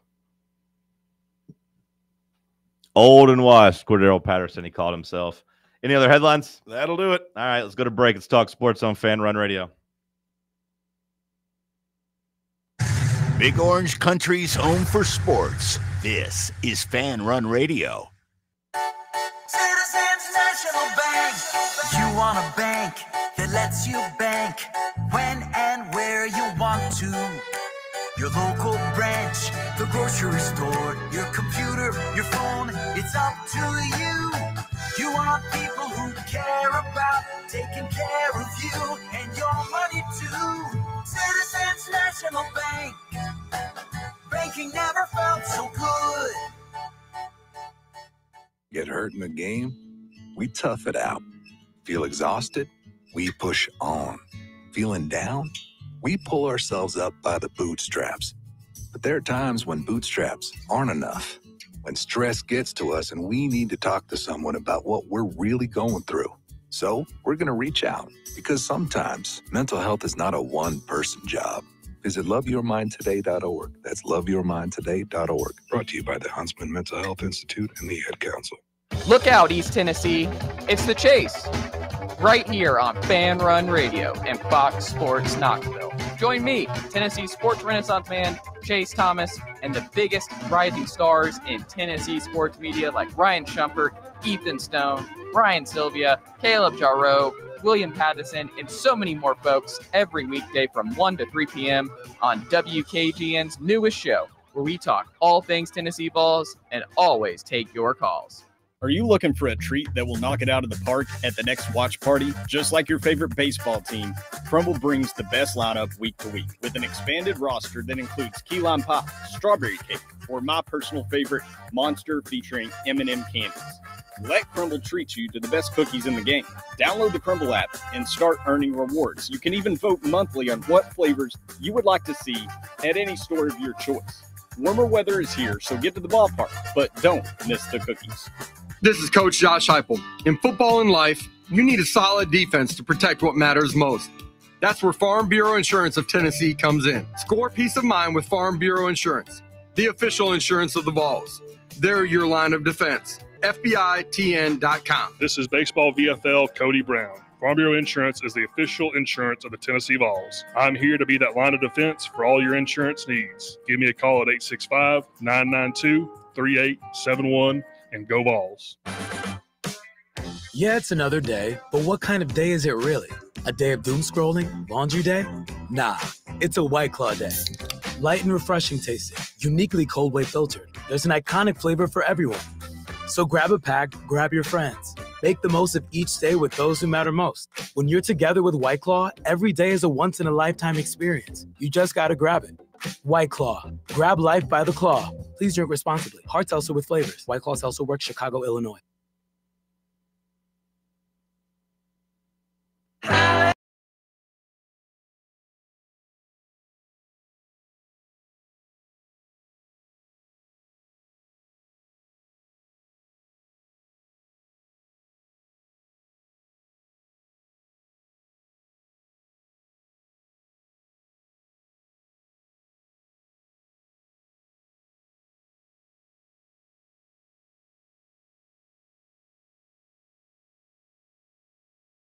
The program. Poor Dane Davis. I was just thinking about him sitting there working out. Now you've taken out Dane Davis, and Cody's offended a whole group of people. A whole group of people that were just trying to go about their day. Half a group.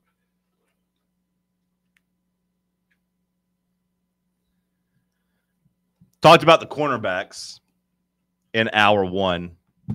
Was looking at, just on paper, especially when you add Boo Carter to the mix, because I think we think of him as a pretty good weapon out in the secondary too, as a guy that can make some plays. You feel good about that, but the offensive side of the ball, Tennessee on the offensive side of the ball, is going to be what a lot of people are worried about. The defense isn't really dealing with the youth that we talked about in hour one. The defense is kind of where you find all the returning starters. Like, here's a list of guys that have over 30 starts, which I don't know if you consider that to be the experienced guys or whatever, or 30 games played, I should say, not even starts. Yeah, it's plenty. Bryson Eason leads the way at 48. Dominic Bailey at 42. Andre Turrentine at 41. Jalen McMurray at 40.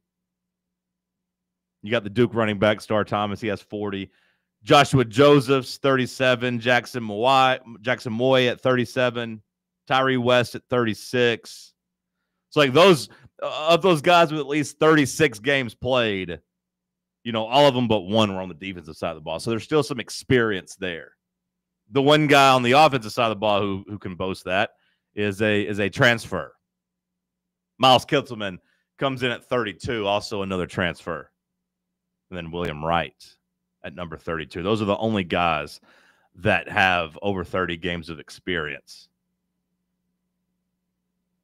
8 of those 10 are on defense, 5 on the defensive line. So, like, the defense doesn't necessarily have the question marks. It's about the offense.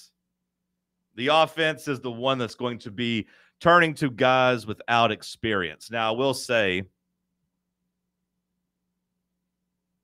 that that's part of the reason I think Aguilar has a leg up in the competition, is that he does have experience as a starting quarterback. I know we've kind of gone back and forth about how excited we are about the prospect of Joey Aguilar. But I will say it is nice to know that you have a pretty inexperienced group, a pretty inexperienced unit, but your quarterback has been in the fire for at least 2 seasons. He has at least played 2 seasons as a starting quarterback. Yeah, he's been around. I mean, maybe not in the SEC, but he has been around. It is nice that he's at least played college football. He's got to prove he could do it at the highest level, at least the highest level of college football, but it's better than the alternative. I look at the inexperience at wide receiver, and I'm choosing to view it as a positive. Just because you knew what the guys you had before were? Yeah, I mean, we weren't missing anything. Now, I do think there's a chance that, like, Dante Thornton gets to the NFL and, like, we really, like, wow, we kind of underutilized him. Because there's already a report coming from Raiders practice that he got hit on, like, a 60-yard bomb from Geno. So, like, there's a chance that he goes there and just balls out in the NFL. And I think there's a chance we look and say, man, we didn't utilize his potential to the fullest. Kind of like when Kamara first got to the NFL, and he's one of the best running backs in the league. And you're like, yeah, he was good here, but he wasn't quite great. Yeah, hopefully it won't be to that level. Hopefully it'll never top that. Because, like, Kamara was really, really good at Tennessee, but he always felt like he was not quite reaching his potential. Now, a lot of that was because Jalen Hurd was so good here. And Jalen Hurd, you know, was Butch's guy. And, you know, we don't have to relitigate that. But he gets to the NFL, and then all of a sudden you see just all around bell cow back potential. Like, he can handle the rock running it. Still never had like the huge rushing outputs, but he could handle it enough. He could handle running in between the tackles. And then, of course, was an absolute monster in the receiving game. Tennessee never quite tapped into that. I think there's a chance that happens with Dante Thornton. But other than that, like, all due respect to Brew McCoy, VFL legend. Hey, you beat Alabama in 22. You came here, you gave your all. I know you got derailed by injuries, big fella, but like Brew McCoy at 80% last year, 85%, probably not good enough to be an SEC starter, or at least as like an SEC number 1. Is that fair to say? Yeah, I think so. I mean, we probably expected more from him than what we were going to get. Maybe it's a little harsh to say not an SEC starter, but like not a playoff caliber starter, and definitely not like a top 10 team number 1 wide receiver caliber. And again, that's no disrespect. I know injuries kind of derailed him. I hope he wouldn't take offense to that, but it just is what it is. And the rest of the wide receivers never quite clicked. So yeah, we lose some veteran, we lose some leadership. Although you could argue about how much leadership there actually was, because you have Miles Kitselman, you know, pretty much just come out and say this team didn't have a leader on offense. Right. And I know that usually falls on your quarterback, but still, the wide receivers could step up. Like, you don't think Juwan Jennings would have stepped up in that situation and been a leader? Maybe to the point of getting kicked off the team and having to get his way back on, but still. He was a dog. He was a dog. And like, you know, it seems like there was leadership lacking in the offensive backfield last year, in the offensive huddle. So I'll miss those wide receivers. I appreciate those wide receivers, but I'm more excited for the future this year. I'm excited for the freshmen. I'm excited for Mike Matthews. Braylon Staley, excited for him. Radar Jackson, Travis Smith. Like, one of those guys is going to pop. One of those guys is going to be really, really good. I don't know which one it's going to be, but one of those guys is going to take a big step forward this year. Maybe even 2 of them. If you can get 2 of them to pop, all of a sudden the wide receiver room looks drastically different. And if you can get Joey Aguilar to continue hitting deep balls like he did at App State, all of a sudden the offense looks completely different. There is excitement when you consider the unknown, because you know what you had last year, and you kind of knew what you had coming back to an extent. This year, you really don't, outside of Brazel. There's a lot of pop potential with Mike Matthews, and there might be pop potential with the freshmen too. Like I said yesterday, I think the hope is that Matthews is that guy, the one you thought he was going to be. I mean, Matthews is the highest rated guy, but again, these other guys, you know, Travis Smith, highly rated. I mean, Braylon Staley, highly rated. Like these guys, Radar Jackson was a top 300 player. Like all those guys are blue chippers. Oh yeah. Like that's what I was talking about in the first hour. I think it was, yeah, we're only in an hour and a half into the show, so of course it was the first hour. But like Tennessee prioritized, hey, let's just keep these talented freshmen around versus going out and paying for some 3-star transfers from these other schools. How about we just buy into development? Yeah, you got to have program guys. You still got to have that to win at a high level. If you're going to be a championship level team, you got to develop guys. And Tennessee's betting on that. And I like that. Like I said, one of those guys are going to pop. Maybe 2 of them. If you can get all the guys to be good, well, then you're back to being a top 10 team and a playoff team and competing for a national championship. I went through last night and was just looking. I was curious about last year's team stats and kind of where that stacked up in the last couple years because, you know, we're talking about the offense and whether or not it can get back to where it needs to be.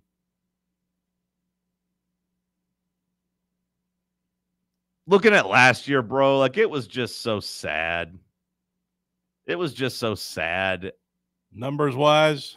Just numbers wise, especially like passing game wise. And I didn't even want to, I did the total numbers and I got pretty disgusted.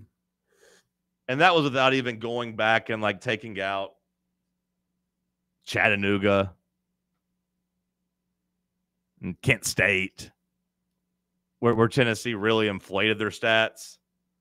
Because if I went back and took those out, the story would be even more disgusting. 447 yards per game.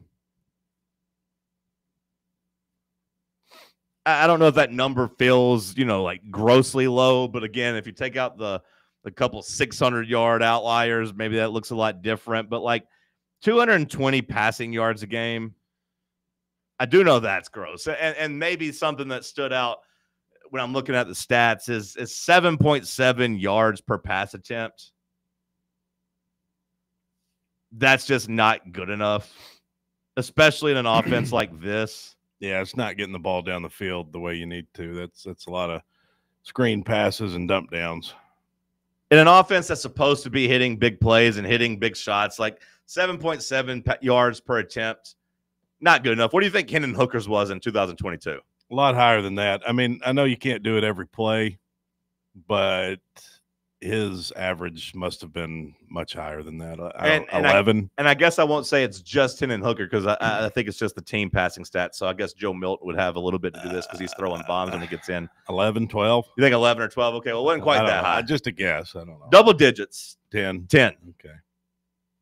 But I mean, like that extra 2.3 yards, that's a lot of splash plays because we know Josh Heupel is going to play the side-to-side game, right? We know we're going to take our 3 or 4 yard screen passes here and there. Yeah, that's part of the offense. That's fine. But yeah, just the decline. And again, that number would probably be closer to like 6.7. If you took away the outliers, the non-conference beatdowns where you're actually having big passing plays. You want to have an offense that instills fear in the opponent again. Like that was the cool thing about 22 is, yeah, we could do these little side-to-side passes, but you never knew as a defense at what moment Tennessee could just hit you over the top. And that was what was so fun, is just being able to connect on those balls, those deep ones. What did you make of the protection difference? And try to think of 22 versus 24. Like Darnell Wright was awesome. Yeah. He was the anchor of that offensive line. Yeah. You had some veterans. Like you had a pretty seasoned offensive line, and you had chemistry. You had guys who are continuity, guys that have been together. But Darnell Wright was obviously the leader of that group. He was amazing. It was surprising to me to see that last year's team only got sacked 2 more times. Well, the thing now you can look at the numbers and say, well, yeah, that's with 50 more pass attempts as well in 22. Yeah. Yeah. Well, and also I don't think giving up sacks was the huge issue last year. It was a lot of other things. It was the pre-snap penalties. That's one of the most frustrating things about this offense. I know we've kind of had that every year, but just the false starts and all those penalties, they drive me insane. Seems like we have those at a much higher clip than other teams do. Yeah, the penalties were more of a factor in 2022. You could just overcome them. Oh, really? Yeah. Yeah, for some reason I don't remember all the penalties. Yeah, more yards. It wasn't a drastic difference, but I think it averaged out to 3 more yards per game. Now, that's just penalties overall. I don't have the pre-snap kind of built into it, so take it for what it's worth. Maybe there were more pre-snap penalties, but no, the penalties were an issue in 22. It's just, hey, 1st and 15 wasn't that big of a deal because we could get the yardage back. Last year you had more trouble getting that yardage back. You were less explosive. You had less big plays, fewer. Sorry, not less, fewer. But it did feel like more of a problem last year. It's just the difference in a quarterback. I mean, you either have a quarterback or you don't. And it honestly felt like a big problem in 2023 as well. Like the penalties felt like a problem there too, and you couldn't overcome them. Yeah. Yeah, that was a not great year. The Florida game the penalties you could argue cost you the game against Florida, like not being able to get up on the ball on 4th and 1, to have to burn timeouts, to have to take false starts, the personal foul that probably wasn't really a personal foul. Like all those things really cost you that Florida game. What do you think about the running attack? What do you think about the run game the last 3 years? I think it's been pretty solid. Which year do you think was the best statistically? The best of the last 3 years statistically. Rushing yards per game or what? What are you asking? Rushing yards per game or rushing attempts per game. I would say last year. Yeah, no, it's not last year. No, 23. 23 is the best when you look at yards per carry. Okay, 5.4 yards per carry, which of course Jalen Wright had more home run speed and more breakaway speed, home run capabilities. So, I mean, he had probably longer runs, but nothing drastic. 5 yards a carry versus 5.4 yards a carry. So nothing extreme. 22 and 24 pretty much line up exactly. Now, of course, the 24 team ran more because the 22 team passed more. But the same yards per carry, 5 yards per carry. The difference, kind of surprising. 2022 actually had more rushing touchdowns. You think of Samson, how many damn touchdowns he had last year. Last year, you had 34 rushing touchdowns. In 2022, you had 40. I don't think that does surprise me. Okay. Just because of the efficiency of that offense. Fair enough. I guess I was just thinking, Dylan Sampson by himself had so many damn but when touchdowns. you consider the scores of last year being, you didn't get over 35 points. I mean, you didn't get over, for a stretch there, you didn't even score in the first half. You scored 24 points a game, some games, less than that. Doesn't surprise me too much. You about to sneeze? Touche. Oh, that's it. Yeah, I was giving you a touche. Touche. Yeah, I mean, we averaged, 38 points a game or something? I mean, we were in 22, we were humming. We just remember the big pass plays, but not all of those were touchdowns, Sometimes you had to get down to the goal line. 2023, you ran the ball pretty well, but, the story against that team was red zone efficiency. And I think that kind of bears out to the fact of you only had 23 rushing touchdowns. Like that, to me, that's the biggest statistical takeaway is hey, if Tennessee could have ran the ball in the red zone, maybe, in 2023 we go 9-3 or 10-2. Maybe if the teams had to kind of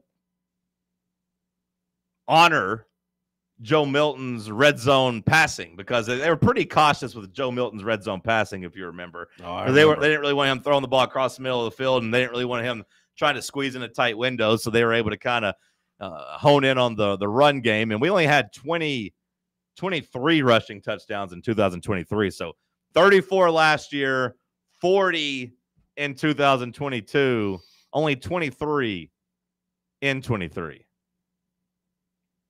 That was a damning stat, I thought. 5,811 yards in total last year. What do you think Tennessee gets to this year if you're setting? How much improvement? God, I hope it's improvement. How much improvement do you expect to see this year? How many more yards? Yeah. On top of 5,800? 5,811 was the number last year. I want about 6,500. That's the number I had in mind. That's the number I had in mind. 6,500. What was the leader last year? What if you look at the best offenses in the country in total yards? Brother, I don't know. I'll find it out for you. Well, I mean, I can find it if you don't want to find it. Let's just say you play 13 games, 6,500 puts you at 500 yards per game. That feels like a lot to average. Let me just look at 20. That feels like a lot. 2024 national CFB stats. Let's look at total offense. 500 yards a game. Is that team leaders? I mean, that's with your outlier games where you Total can beat yards. the hell out of people. All right, Texas. You know how many yards they had last year? They had the best offense in the country in total. 530. No, in total yards. 530. No, they had more than that. Well, you're talking about. Oh, sorry, not per Well, game. because you asked me. Yeah. I was doing per game. See, it's gonna be hard though because they played extra games, or is this by game average? Oh, yeah. Is it just regular season? No, that's a good point by you. No, this is total yards. So yeah, that. Yeah, let's. So you want to look at yards per game? Damn that's it! probably Yeah, give me yards per game. Yeah, because they had 7,000 total. Yeah, yards that's not good. Yeah, and 16 games. Yeah. So maybe 6,500 is just way too much. Miami had the best offense, 500. Ooh, Bubba. Ooh, you know who had the number one offense last year of the yards? I mean, it helps when you're playing Boston College. It helps when you got the number one pick, when you got a damn Virginia. prodigy out there slinging the rock. Maryville College. 500. Carson Newman. 537 yards a game was Miami. Ole Miss had the number 2 offense, 526.5 yards a game. So Ole Miss, let's look at Ole Miss. They played 13 games, which is what we'd want to play, right? Roughly. I mean, if they had 530 yards, they'd roughly be at like 6,700 yards. Just quick. 68-45. Yeah, 68. I did the math wrong. Damn it. It's close. So is 6,500 too much to ask? I mean, I think we're asking to have an elite offense. I think that is the expectation, right? Is it the expectation with Joey at the helm? I mean, we'll see. Yeah. We had the number 15 offense in yards per game. Yeah, I'd like to see it just in conference play, though. Yeah, but can't you say that for everybody? You can. Like No, you can, Ole but Miss skewed their numbers heavily too. For with sure, but their- I'd like to see it. I'd like to see everybody's in conference only. Well, I think I can find that for you. But like, you know, that's what I try to. That's why I gear towards or side towards like the SP plus, because it does take opponent into account, like in terms of just grading who the best offenses are.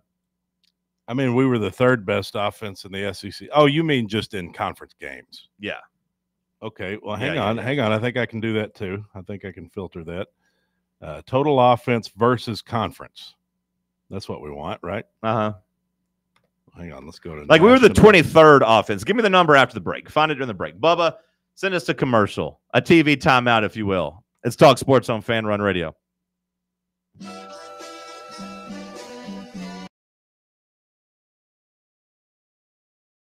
The Sports Humans. Ready to launch your career? Axle Logistics is a leading third-party logistics company where excellence is an energy. With an award-winning culture, Axle proves that positive outcomes come from a positive environment and a work hard, play hard mentality. At Axle, the drive for success is infectious. And with an uncapped commission structure, hard work isn't just noticed, it's rewarded. For those with big goals and even bigger dreams, Axle Logistics is the place to start your career. Knoxville, mark your calendars. Fan Run Night at the ballpark is back. Join us Wednesday, August 6th at Covenant Health Park as the Knoxville Smokies take on Biloxi and we take over the stands. It's all you can eat night, so make sure to bring your appetite. Plus, we're hooking up the fans with exclusive Fan Run swag giveaways you won't want to miss. Come hang with the Fan Run crew, rep your team, and enjoy a summer night of baseball, food, and fun. Fan Run Night, August 6th. Be there. The phone's blowing up, but you're in the driver's seat. Ignore the buzz, keep your eyes on the street. No text back, no scroll, just let it wait. Attention on the road, that's the only way. Phone's blowing up, but you're in the driver's seat. Ignore the buzz, keep your eyes on the street. No text back, no scroll, just let it wait. Don't drive distracted. A message brought to you by the National Highway Traffic Safety Administration, Project Yellow Light, and the Ad Council. Dental health is so important. It's one of those things that if you don't stay on top of it, it can really come back to haunt you, both financially and, of course, in terms of your physical health. If it's been a while since you've been to the dentist or you've got a dental issue that needs attention, do what I do. Go to Malone and Costa Dentistry at Knoxville Smiles. You can schedule your appointment online right now at knoxvillesmiles.com or just give them a call at 865-539-1776 and tell them Fan Run Radio sent you. Hey Knoxville, Surfside iced tea and vodka made with real brewed tea is only 100 calories, 2 grams of sugar with no bubbles and no troubles. That's right, zero carbonation, so it's easy to sip and enjoy. Headed to a game day or party at a friend's house? Bring an iced tea or lemonade variety pack from Surfside or try their green tea and new raspberry tea vodka. Find the can with the sunset stripes this season. Surfside iced tea and vodka, sold at bars, restaurants, and stores near you. Surfside iced tea and vodka, sunshine in a can. Must be 21 or older. Enjoy responsibly. Good morning. It's gotten heavier out. Alcoa Highway northbound here up by the flea market. All that traffic coming in from Blount County right now into Knox County. Still busy out here on Kingston Pike, especially in the Bearden area as it gets heavier on 40 east and west now over the top of West Hills. Hey, turn your gold and silver coins into cash today at Fountain City Jewelers, located in the heart of Fountain City, right next to Litton's. I'm Commander Chuck with your on-time traffic. DJ Fresh, DJ Fresh, DJ Fresh. And it's time to get up.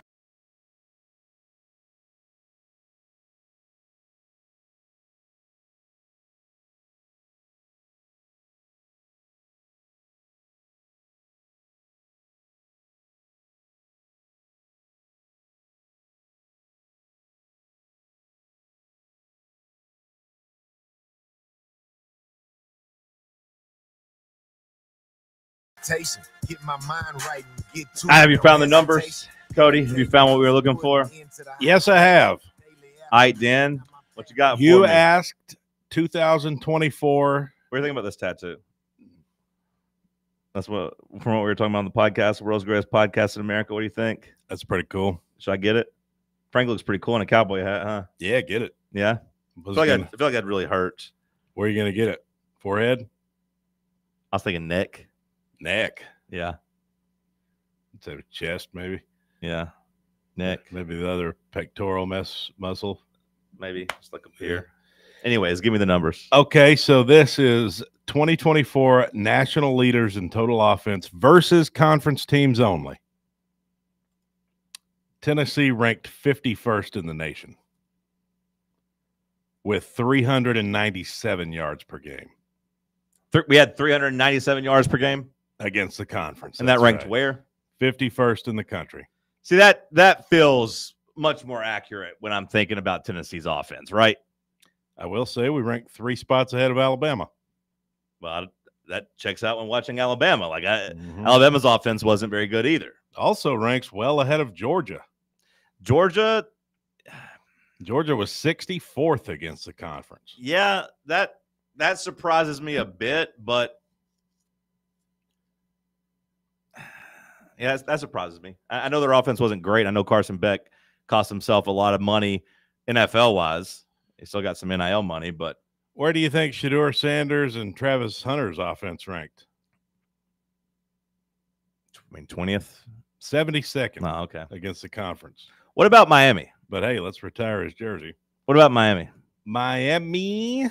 Because Miami gets credit for having the number one offense to those SP plus rankings I was talking about. They're the number one most efficient. So I'd imagine they're still in the top 10 at least against the conference. Number 1.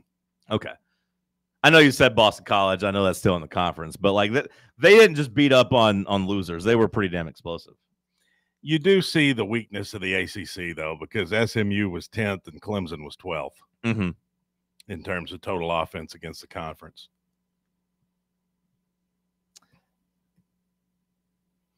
Miami's defense was 52nd. Ole Miss number 1 in the SEC against the conference that ranked 13th nationally. 446 yards against the SEC. Yeah, just looking at I like looking at the SP Plus rankings. They try to combine more stuff than just the raw numbers. The number 1 offense last year, Miami. Number 2, Oregon. Number 3, Ohio State. Number 4, Notre Dame, surprising. Number 5, SMU. Tennessee was down all the way at 23. We still had the SEC's, looks like 5th best offense, though. Okay. Against the SEC. If that Just makes yards sense. wise, yeah. Yeah, Ole Miss. I mean, I'm looking down the list here. That's not high enough for Texas. Josh Heupel, though. That's the problem, is that he's not supposed to have the 5th or 6th best offense in the conference. He's supposed to be higher than that. Ole Miss, Texas, LSU, Auburn, Arkansas. So actually 6th. They all ranked ahead of us. Tennessee was 6th in defense last year. In what? Just Total the- defense? And Yeah, against just the conference? SP Plus, like the efficiency, just how they performed against the schedule. CFBstats.com is a good, they do a good job. Yeah. It's Yeah. not as analytical as your 85 Bears metrics over there, but it is cool how they list everybody out in order. It doesn't feel like Tennessee really underachieved when you see 23rd ranked offense, 6th ranked defense, 16th ranked special teams. That feels like a team that finishes in the top 10 and depending on matchup, wins or loses. Ohio State, for example, was number 3 offense, number 1 defense. Number 47 special teams. I guess they didn't have to worry about that, though, in the playoff run. But when I look at like Ole Miss, this is a team that underachieved. Number 7 ranked offense, number 3 ranked defense, and number 1 ranked special teams. Like that's a team that on paper should have won a national championship when you look at their performance. Well, that's what happens when you lose to Kentucky. At the very least, should have made the playoff and taken their chances, but Jackson Dart lost his mind against Florida. Lane Kiffin lost his mind against Florida, kept trying to run his tight end on 4th and 1. Florida, Kentucky, what was the other loss? LSU? Yeah. Yeah, I mean, it's hard not to call 9-3 an underachievement when you see that statistically. Yeah, 7th, 3rd, and 1st. Like that should be better than 9-3 missing the playoff.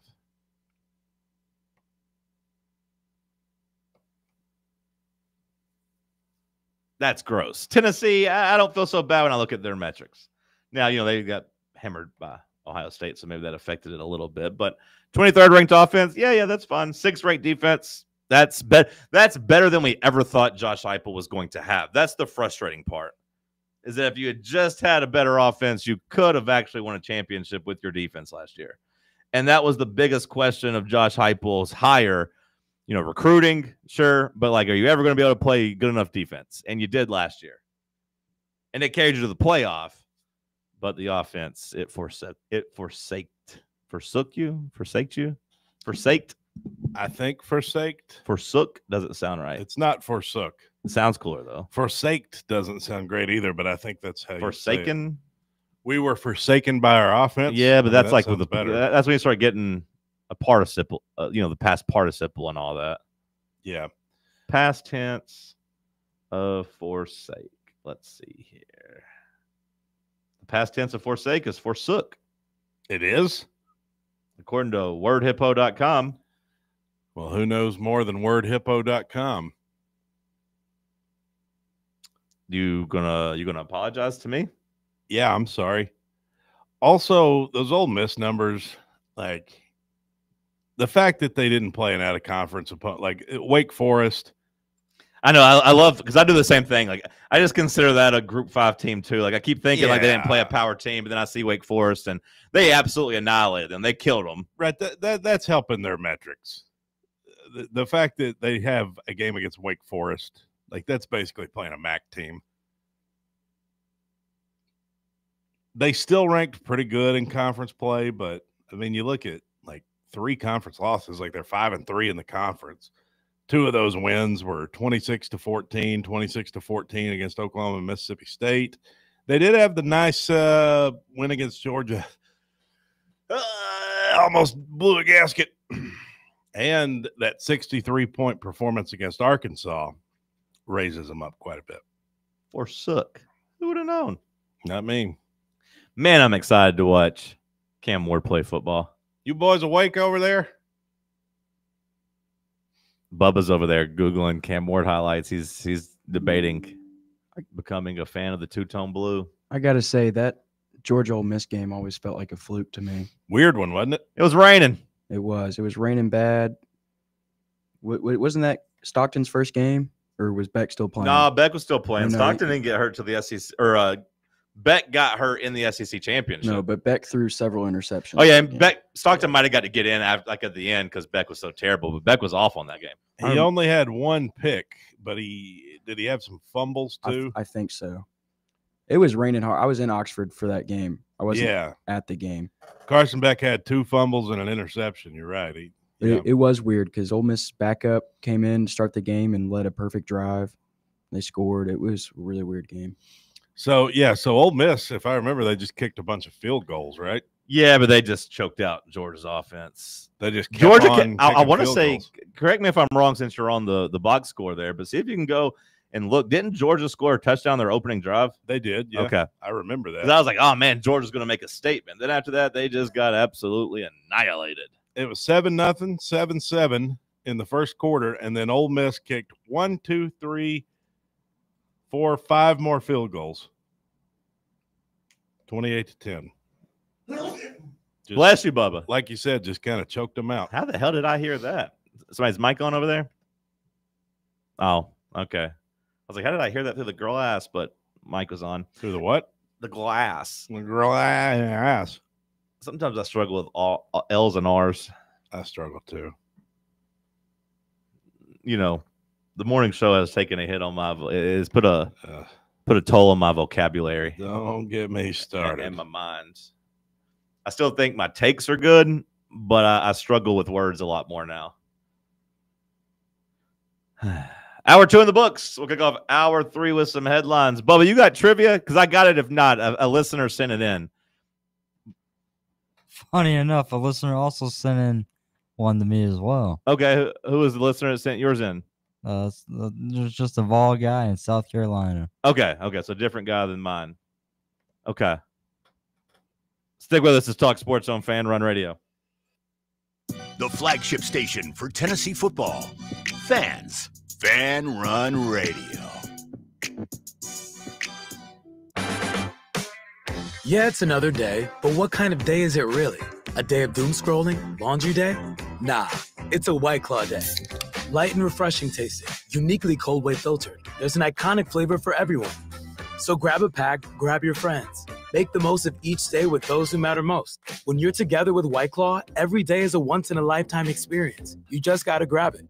White Claw. Grab life by the claw. Please drink responsibly. Hard seltzer with flavors. White Claw Seltzer Works, Chicago, Illinois. Hey, this is your boy, Thomas Miles, nephew Tommy. Fellas, let's get real for a second. Erectile dysfunction isn't just physical. It can mess with your head, your confidence, and even your relationship. But guess what? There is hope. Men's Pro Knoxville has helped men right here in our community get their confidence back. They got a team of licensed medical providers who find a way to get results. Powerful, lesser-known treatments for mild to moderate ED could have you performing like you haven't in years, or helping you stay performing. And listen, pills don't work for everybody. Maybe they stopped working or the side effects weren't worth it. Men's Pro Knoxville builds a plan around you. Your consultation is just $99. That includes your blood work, medical consult, and if advised, a test dose. Results? They got an in-house lab, so you'll know where you stand in minutes, not days. So let me ask you, when was the last time you couldn't perform?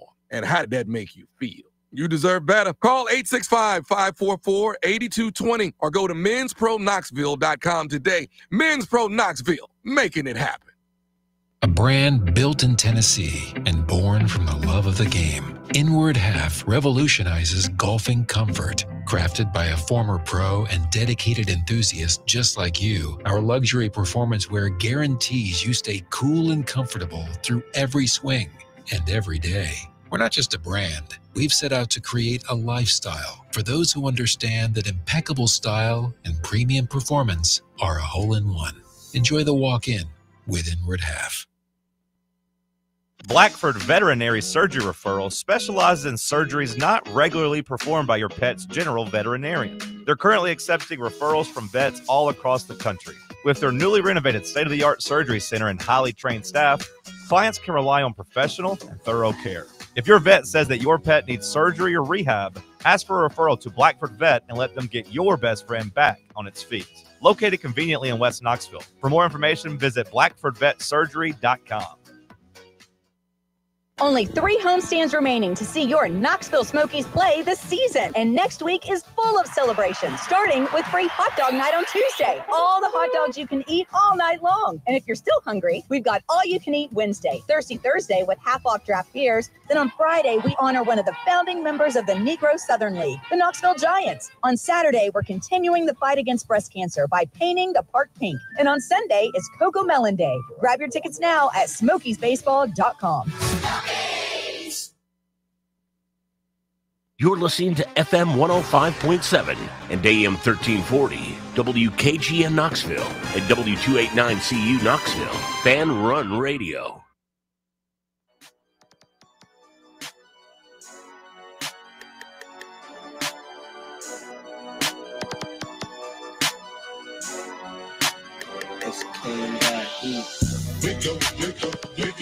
Talk sports.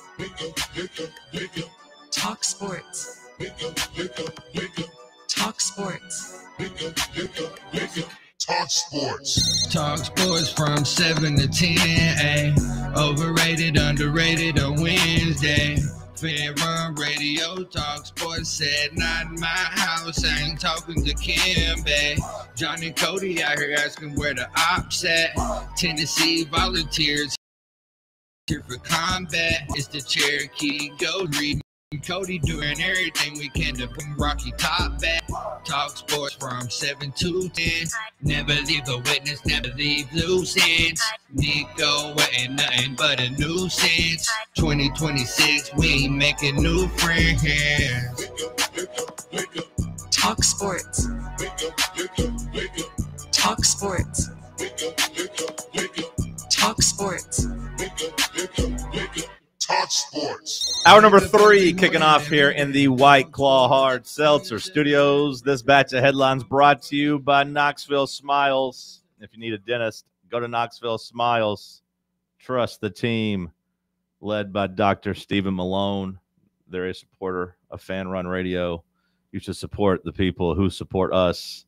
They will take care of your mouth at Knoxville Smiles. They are open late on Tuesdays and Thursdays to give you a little extra time to get in after work. Although Tuesday night is movie night for me. No time for the dentist. I'm going to the movies tonight. Going to see some cinema. I'm excited for this one tonight. A little scary movie action. And I get to see one of my top 5 celebrity crushes. But I don't know if it's a good thing or bad thing, but she's going to be on screen with her husband, and they're going to be doing some weird stuff. Nicole Kidman? No. No.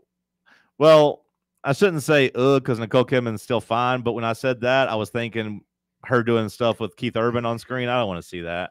Keith Urban gives me the ick. He seems like a nice guy, but like the long hair, it just messes with me a little bit. I don't like it. Once you reach a certain age, you got to cut your hair out. It feels that way, right? Like the long hair and just like he gives Johnny Depp vibes to me, and Johnny Depp makes me go, ugh. And he's there with me, like with the maybe he still doesn't wear the bracelets and weird pants like Keith Urban, but I don't want to see him and Nicole Kidman getting it on. I'm talking about Allison Brie and Dave Franco. I guess not everybody has to cut their hair. Like Mick Jagger's 81. I feel like he would look weird with short hair. Is it weird that Keith Urban's from like New Zealand and he sings country music? A little bit. I'm sure there's an interesting backstory to it, but I mean, like I've always liked his voice, and he's good at playing the guitar. So I mean, he's talented. But yeah, it is weird. Like I don't know, it's not dissimilar, Bubba, from like how all the like English actors come over here and like master Southern accents. Days go by. I don't know any other Keith Urban songs. But if you'll be at the movies at 7:30 tonight in Turkey Creek, I'll be there. Say what's up. Well, Together is the movie I'm watching. It's a scary movie. Speaking Look of forward not, to the review tomorrow. Speaking of not getting laid, the fertility rate in the U.S. dropped to an all-time low last year. Did you know that? With less than 1.6 kids per woman. I don't get the segue. What was the speaking of not getting laid segue? Because you'll be at the movies. That's just a little foreplay where I'm from, brother. I was looking at it as like your night is occupied, like because you're no going to the movies. I'll send you a picture afterwards. I'll let you know. That's I'll, okay. I'll send you proof. That's all right. I don't need to. You're not going to come on here and say, speaking of not getting laid, talking about me. Well, it's just a little joke. You know how I like to do these transitions during headlines. Yeah. They don't all work perfectly. Yeah. Well, you save that one for somebody else. Okay. Well, speaking of getting laid, the astronomer Kristen Cabot resigned from her position. Who? The woman. What woman?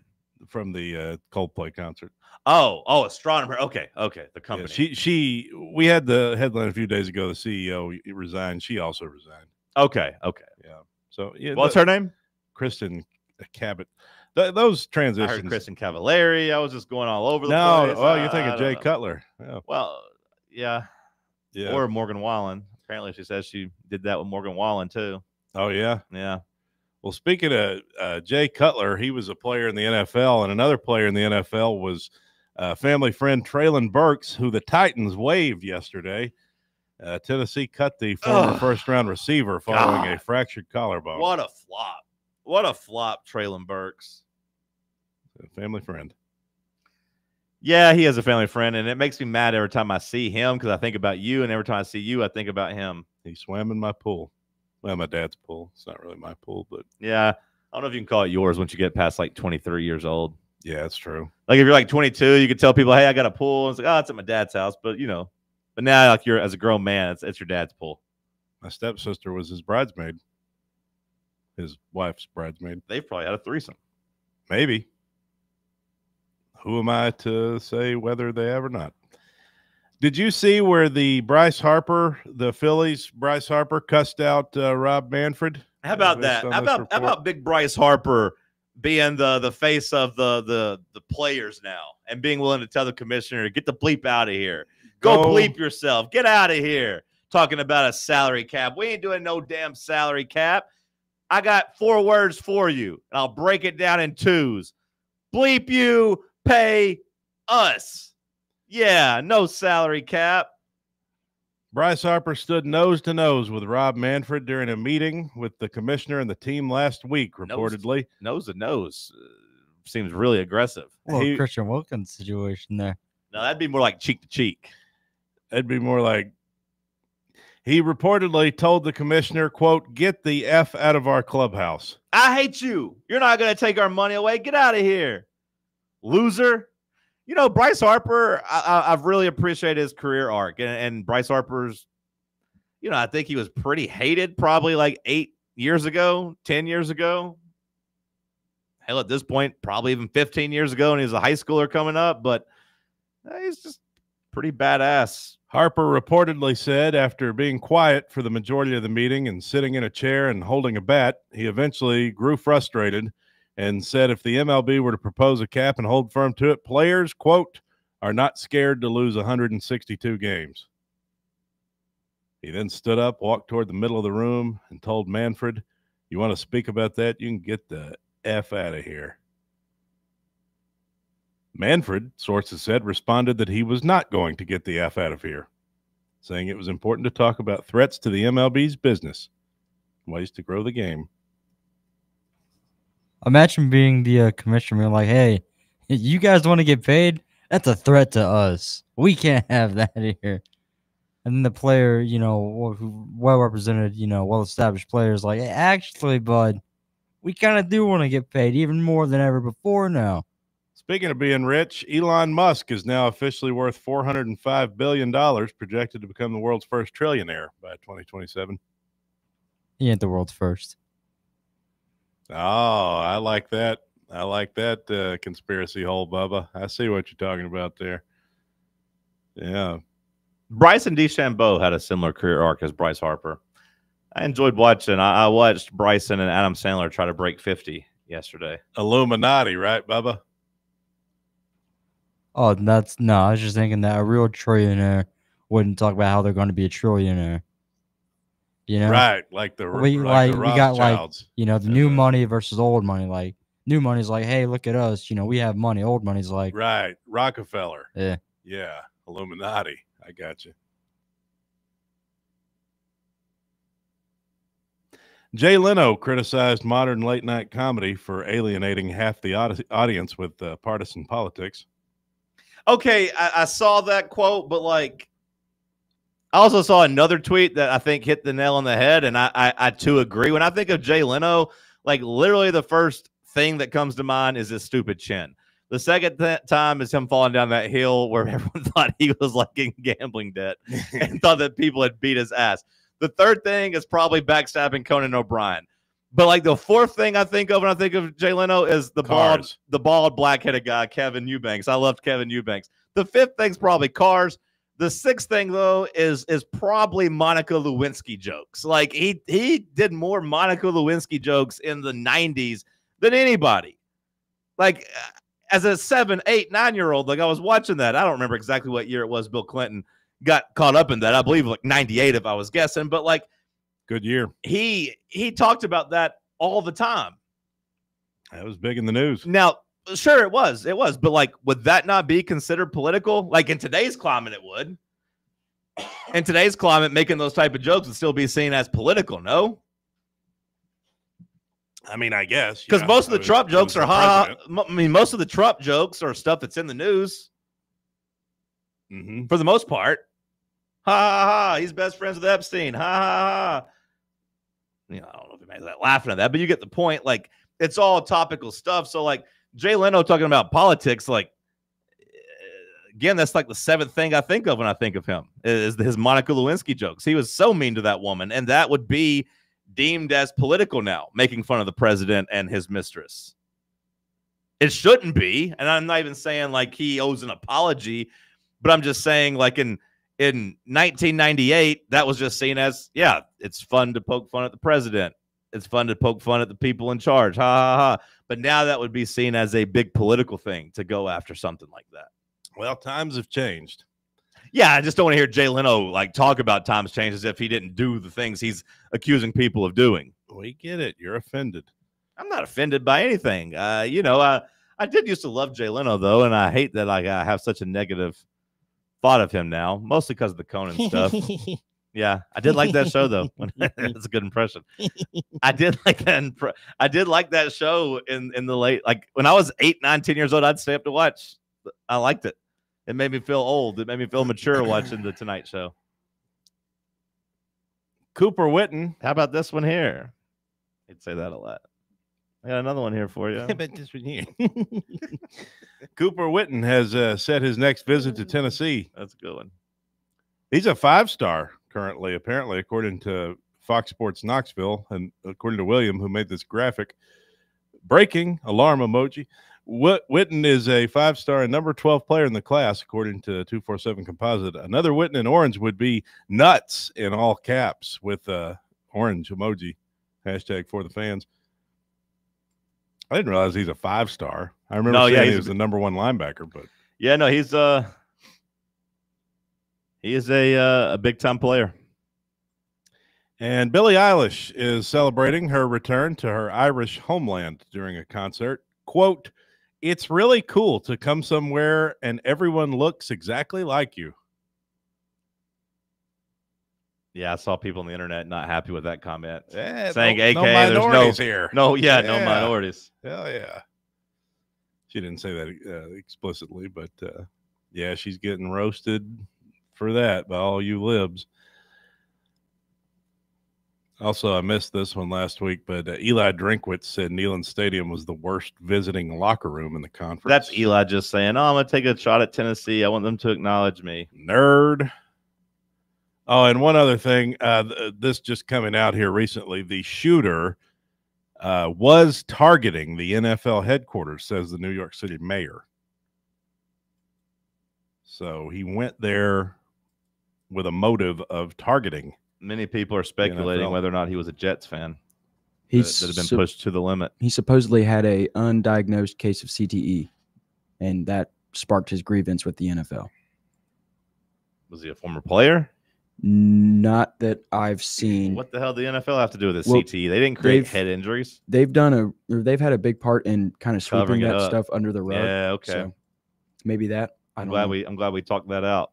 We got to the answer. It says he did play football in high school in California So nearly 2 decades ago. Maybe he thinks that if he had known about the head injuries, he wouldn't have played. Okay. He mistakenly went up the wrong elevator bank, it says. The NFL headquarters was located in the building. He went up the wrong elevators. So he still decided to shoot some folks, though, I guess.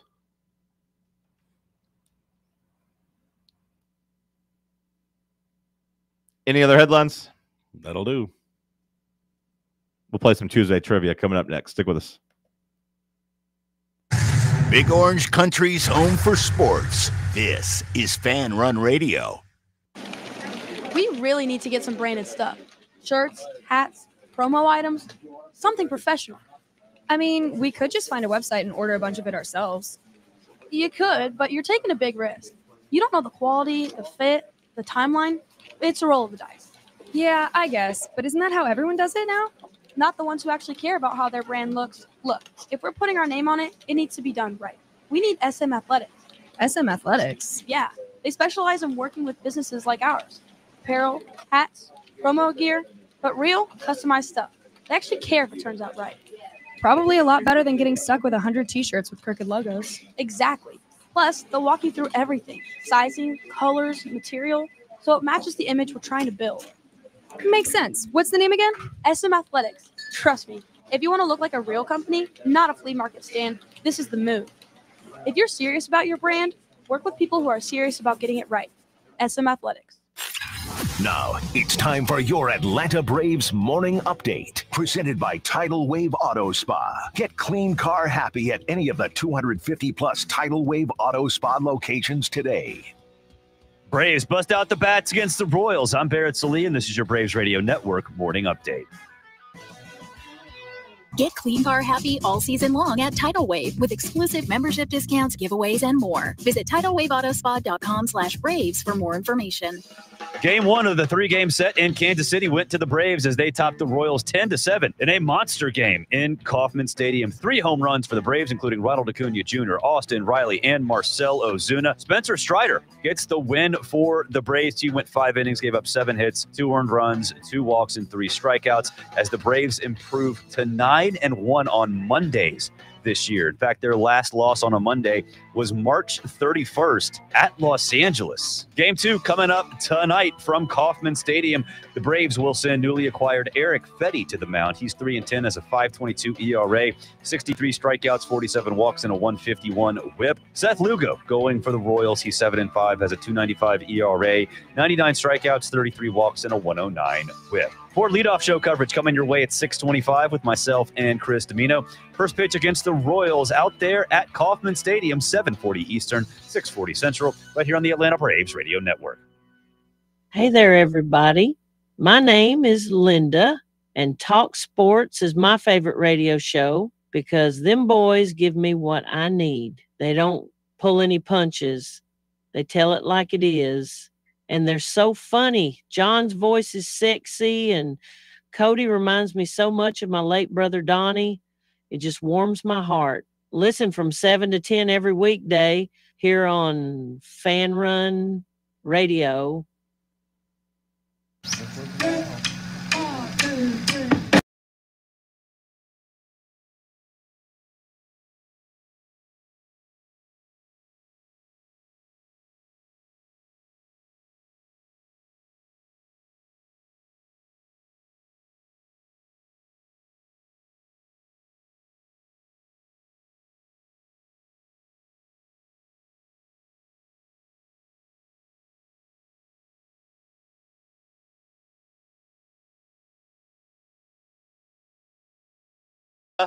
Tuesday trivia. I need a win under my belt. I got beat last week, and I've been mad about it all week. I've been so angry. You're playing?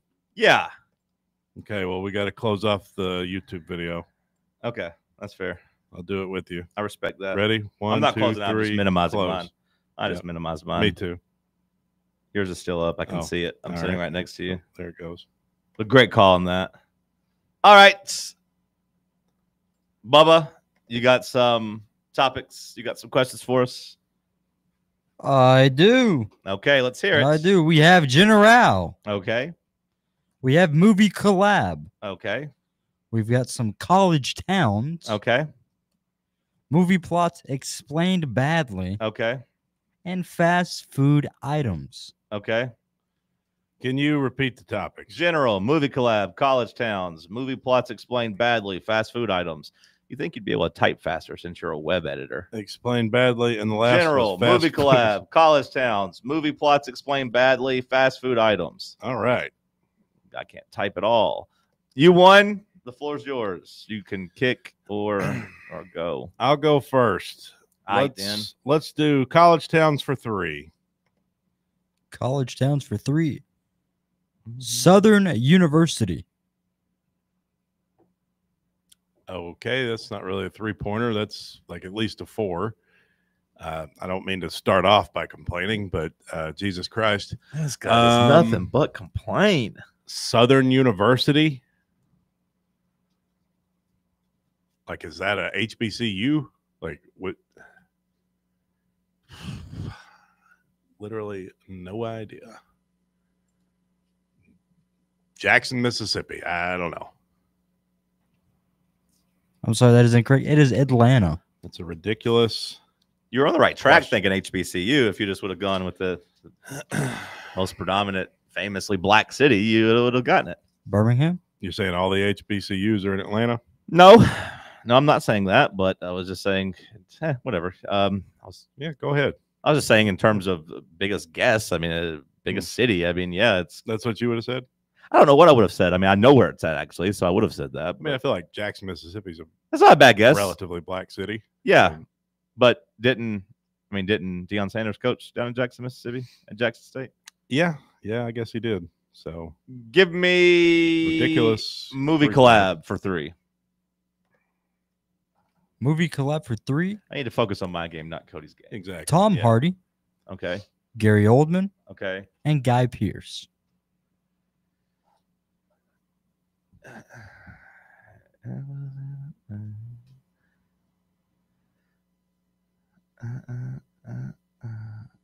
Tom Hardy, Gary Oldman, and Guy Pearce. I gotta be honest. I don't know who the hell. I've heard the name Guy Pearce, but I don't know if I don't know if I know who the hell Guy Pearce is. I know the first 2. I mean, I know who those guys are, and I know they're in the Dark Knight Rises together, so I'll go with that. But I don't know who Guy Pearce is. Sorry, that is incorrect. It's probably is it Inception? It is No. Lawless. Lawless. Okay. I don't remember. Okay. Rats. Fast food items for 3. This restaurant's claim to fame is the act of turning the cup upside down when presenting you with your treat. Dairy Queen, the Blizzard. That is correct. Now, that's a 3-pointer. That's a 1-pointer. Not everybody That's knows that. a 1-pointer, but I'm not going to complain like you. I got to focus on my game. Give me fast food items for 4. Ooh, bold strategy. Not to be consumed at a Coldplay concert, this burrito, known as the Home Wrecker, is sold at this chain. Is that Moe's? That is correct. Damn. All right.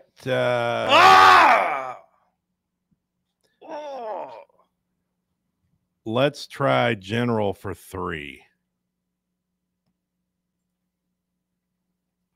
Ladies and gentlemen, rock and roll were the first words spoken on what cable channel that launched at 12:01 a.m. on August 1st, 1981? MTV. That is correct.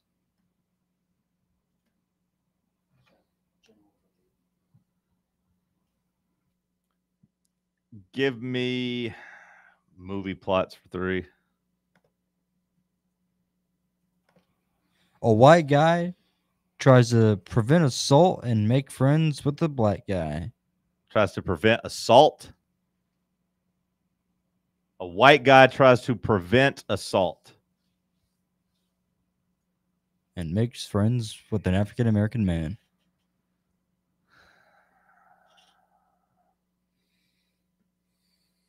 The prevents assault thing is going to make me mad.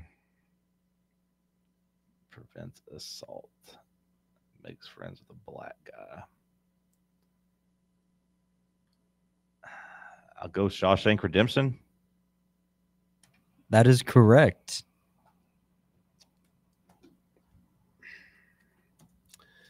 All right. 7-6 going into round 4. Let's try college towns for 2.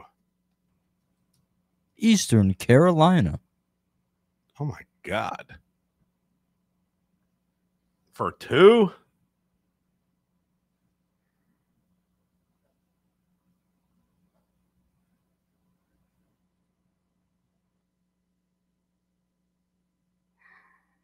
What a mistake. Should have learned my lesson, I guess, on the 3-pointer. Yeah.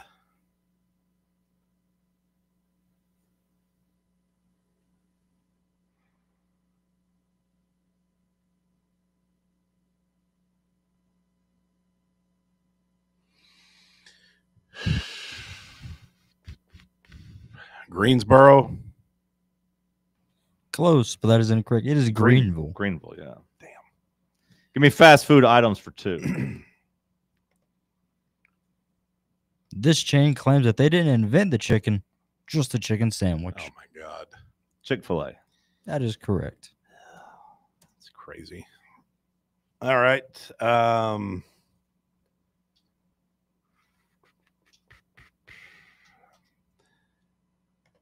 College towns for 4. Let's go back to the death well here. South Carolina State. Spartanburg. I'm sorry, that's incorrect. It is Orangeburg. Said it with a lot of confidence. Made me Yeah, nervous. I thought I had it. Yeah. Okay. Can we get out of the Carolinas for these, please? Yeah, He's running out. He's running out of cities to guess. He almost got that one by process of elimination. Let's do movie collabs for 2. I got myself in a bad spot here. Movie collabs for 2. Bradley Cooper, Mike Epps, and Rob Riggle. The Hangover. That is correct. General for 4. Oh, Big Daddy. Let's go. Pocahontas was baptized and given what English name?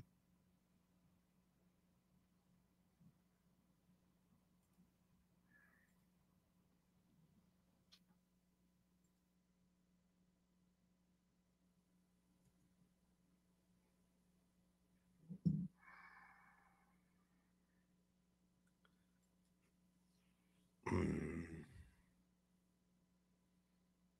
feel like that's pretty easy, but I don't know if I know it.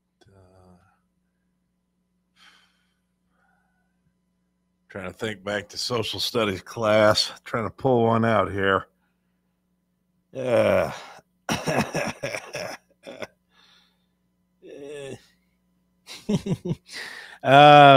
Elizabeth.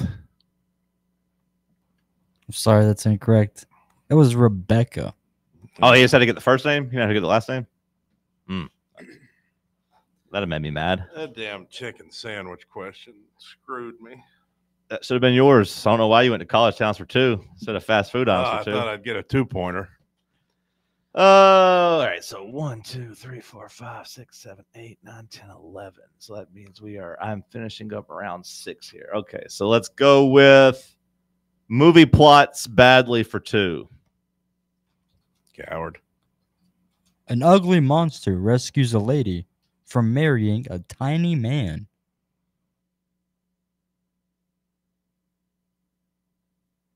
An ugly monster rescues a lady from marrying a tiny man.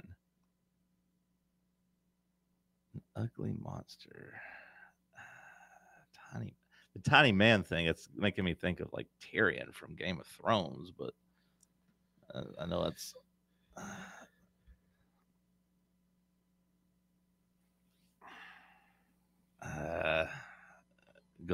Gaston was not. I know Gaston was not a tiny man though, so I'm thinking Beauty and the Beast, but like Gaston was a big old boy. And that's what I'll guess though. Beauty and the Beast. I know it's not right, but that's gonna be my guess. Sorry, that is incorrect. He's not It a was tiny man. Shrek. Okay. A monster? I mean, I know that's explaining the movie plot badly, but like Shrek wasn't a damn monster. He's an ogre. He's not a monster. To some people. Agreed. We're all monsters to some people. It's explained badly, so I mean, he did a good job of doing a bad job there. So, best I can do is tie. Lord Farquaad and Rumpelstiltskin were both tiny men.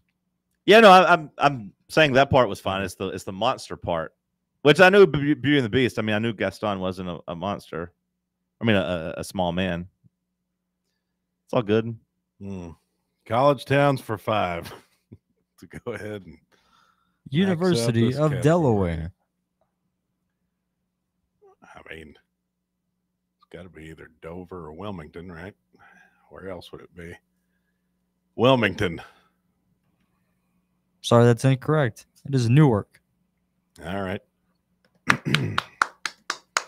Good job by me getting back in the winner's circle where I belong. I'll finish it with movie collab for 4. Philip Seymour Hoffman. Okay. Alec Baldwin. Uh-huh. And Cheryl Hines.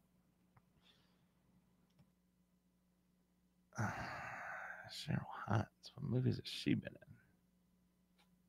Philip Seymour Hoffman. Alec Baldwin. And Cheryl Hines. I cannot picture Cheryl Hines. Is it? It's going to be all 3 controversial. There's nothing controversial about Cheryl. What the hell is controversial about Cheryl? She's married to RFK. She loves her man. There's nothing controversial about loving your man. It's controversial to some. It feels like this is going to be animated because I cannot picture the 3 of them on a screen together. I don't have a guess. Go ahead, Bubba. Along Came Polly.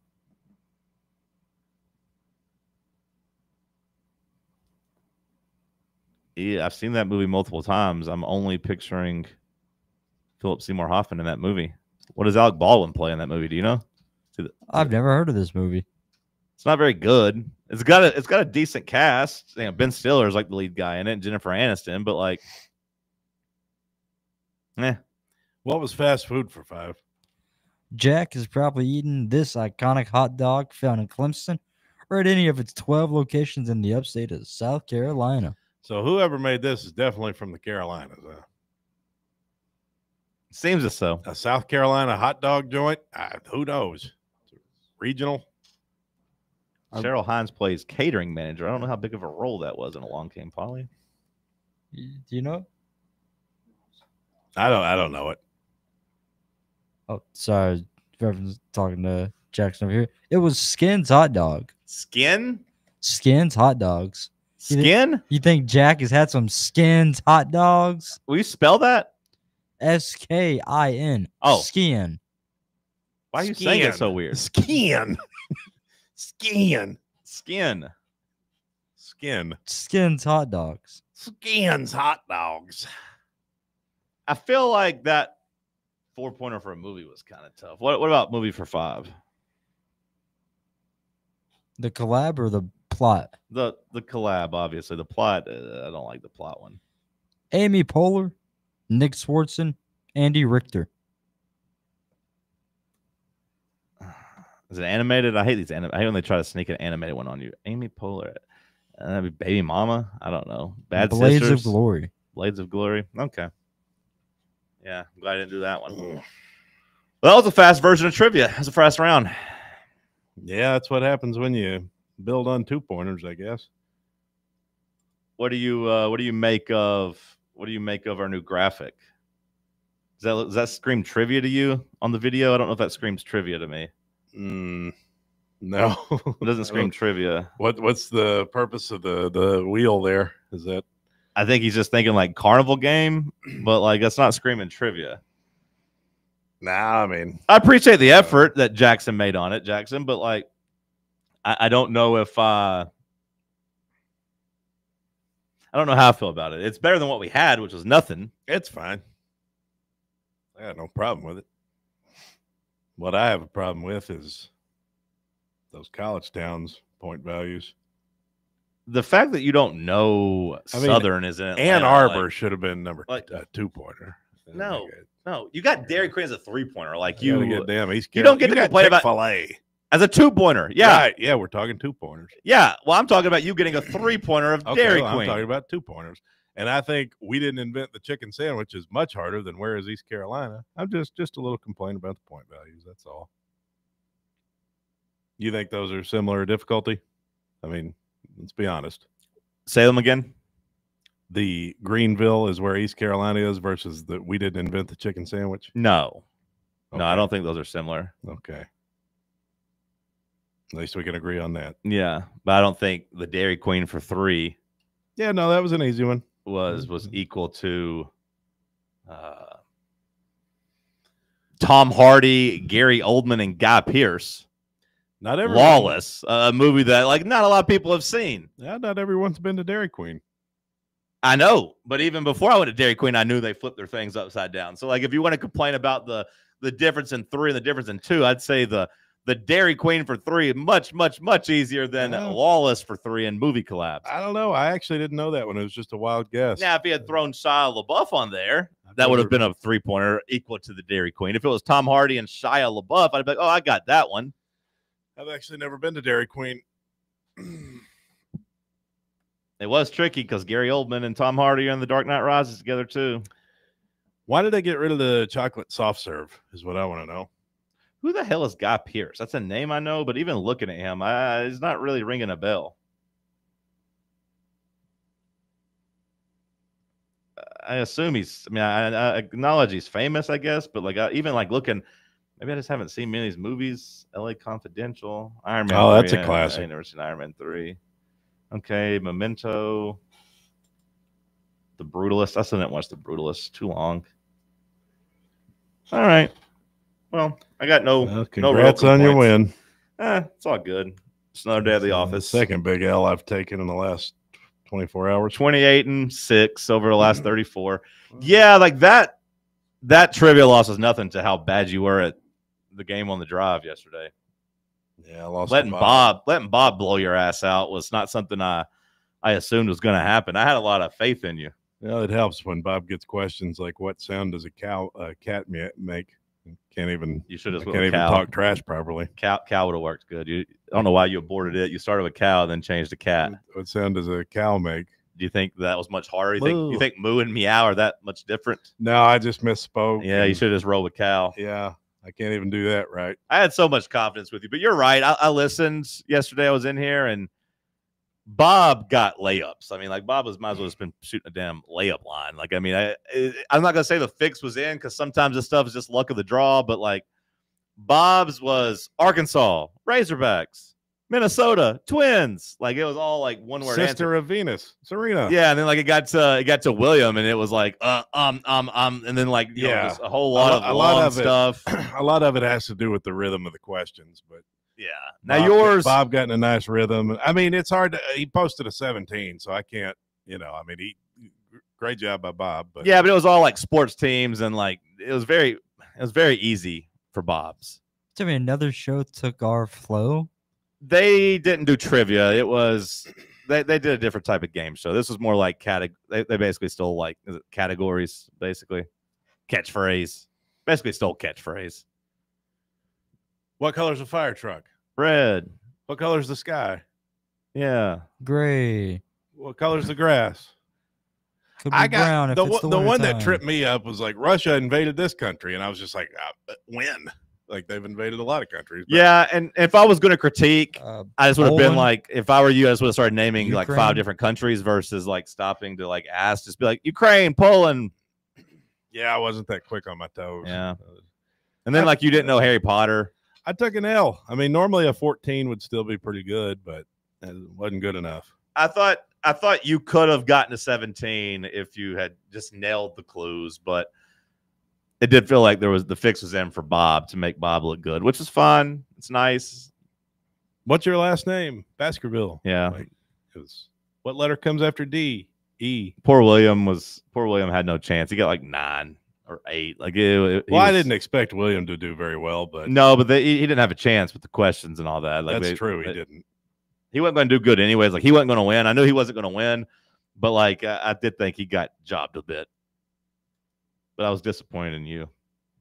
By the way, just to take another little shot at under review, the next time Sam wants to come at me over trivia, yesterday I asked him the guitar player in Led Zeppelin. All right, and he didn't know it. So just a little veiled shot at Sam there for God. He seems to always criticizes my trivia performances. Oh God, so. He doesn't know the guitar player in a band that was famous 30 years before he was alive. Wow, it's pretty common. Oh God, they're one of the 3 biggest bands of all time.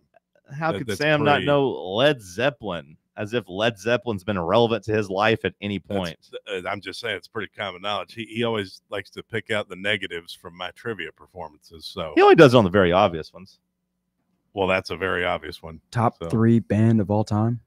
Yeah, that feels like a wild accusation, but I wasn't going to get into it. They're 100% a top. He wanted you to get into it with him, and I wasn't. You took the bait. You're saying Led Zeppelin's not a top 3 band of all time? You took the bait. I'm not even a big Led Zeppelin fan, but they're 100% a top 3 band of all time. I've got 3 that I consider mine, and Led Zeppelin is not one of them. Well, what are your 3? Because I'd love to hear this. In no particular order, and this is entirely out of my opinion, the Beatles, the Stones, and Queen. Yeah. The third one is not like the other 2. You nailed the first 2, but the other one's Led Zeppelin. Yeah, but I mean, you can't just put Led Zeppelin in there. 100%. I didn't hear the Foo Fighters in there. What about Blink-182? They're more culturally relevant than Led Zeppelin. Get the hell out of here. That's a good. I'd argue Van Halen harder than Led Zeppelin. Oh my God, Jackson, you're making it worse. You're making Metallica. It worse. Yeah, how about Guns N' Roses? Damn, Tom Petty and the Heartbreakers. AC/DC. All these bands, I'd take over. Well, AC/DC. You guys sucks, are but speaking from a place of ignorance here. Coldplay. More culturally relevant. They broke up a damn marriage. Zeppelin. They broke up a damn marriage. First of all, just if I wanted to hear Led Zeppelin, I'd just go listen to Greta Van Fleet do it better than them. One simple counterpoint is there would never be a Metallica or an AC/DC without a Led Zeppelin. Well, that's like saying your great grandfather is a better man than you. We're talking about influence. Were we not just talking about influence? Well, yeah. Also, you wouldn't be alive without your great grandfather. Who cares that he killed a bunch of people? The collection of probably the 3 best musicians when you consider Bonham, John Paul Jones, and Jimmy Page together. Like, I'm not even a huge Led Zeppelin fan. Like, I'm not. You're glazing. I don't care to argue for them. You're glazing them pretty good. It's just ridiculous to not have if you don't have them in a top 3. There's a clear cut top 3. Doing a good job of glazing. Beatles, Stones, and Zeppelin. This guy had CFB in his name and didn't know where ECU was. To Jackson's was. credit, he knew 2 of them. He had 2 of the 3 right, but Led Zeppelin is clearly in the top 3. There's no argument for Queen. Bubba, send us to break. It's Talk Sports on Fan Run Radio.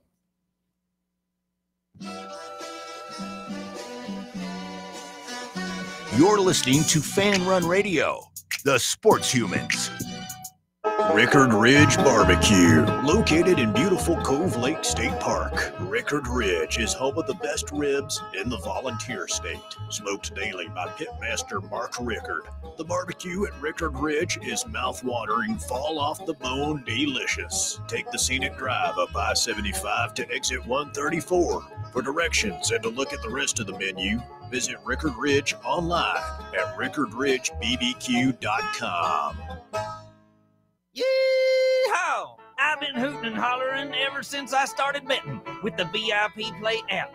VIP Play has more than 200 leagues, every bet type you can imagine, live betting and live hosts, all with 24/7 support from real live people when you need them.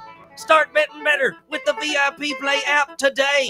Don't be a better, be a better with VIP Play today. Download VIP Play today or head to VIPPlayApp.com. Make sure you use the promo code FANRUN to take advantage of their welcome bonus and so they know that we sent you. Gambling problem? Call 1-800-88-99789. Must be 21 or older and located in Tennessee to bet. A brand built in Tennessee and born from the love of the game, Inward Half revolutionizes golfing comfort. Crafted by a former pro and dedicated enthusiast just like you, our luxury performance wear guarantees you stay cool and comfortable through every swing and every day.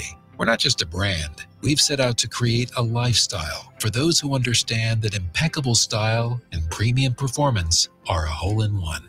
Enjoy the walk-in with Inward Half.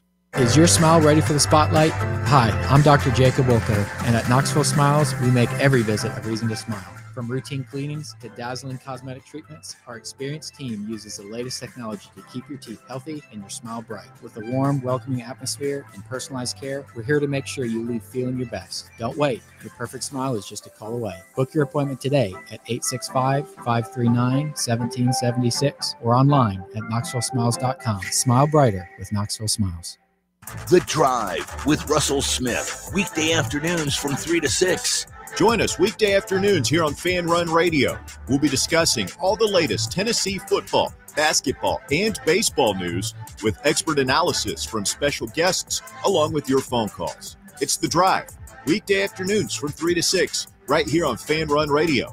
Flagship station for Tennessee fans. This is Fan Run Radio, Knoxville.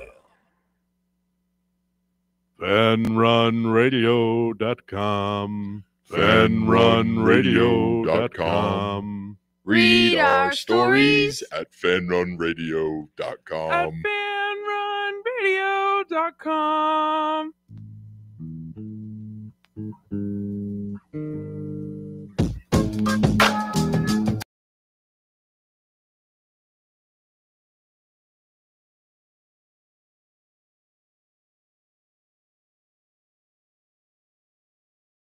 Last call here on the program. A little bit of housekeeping.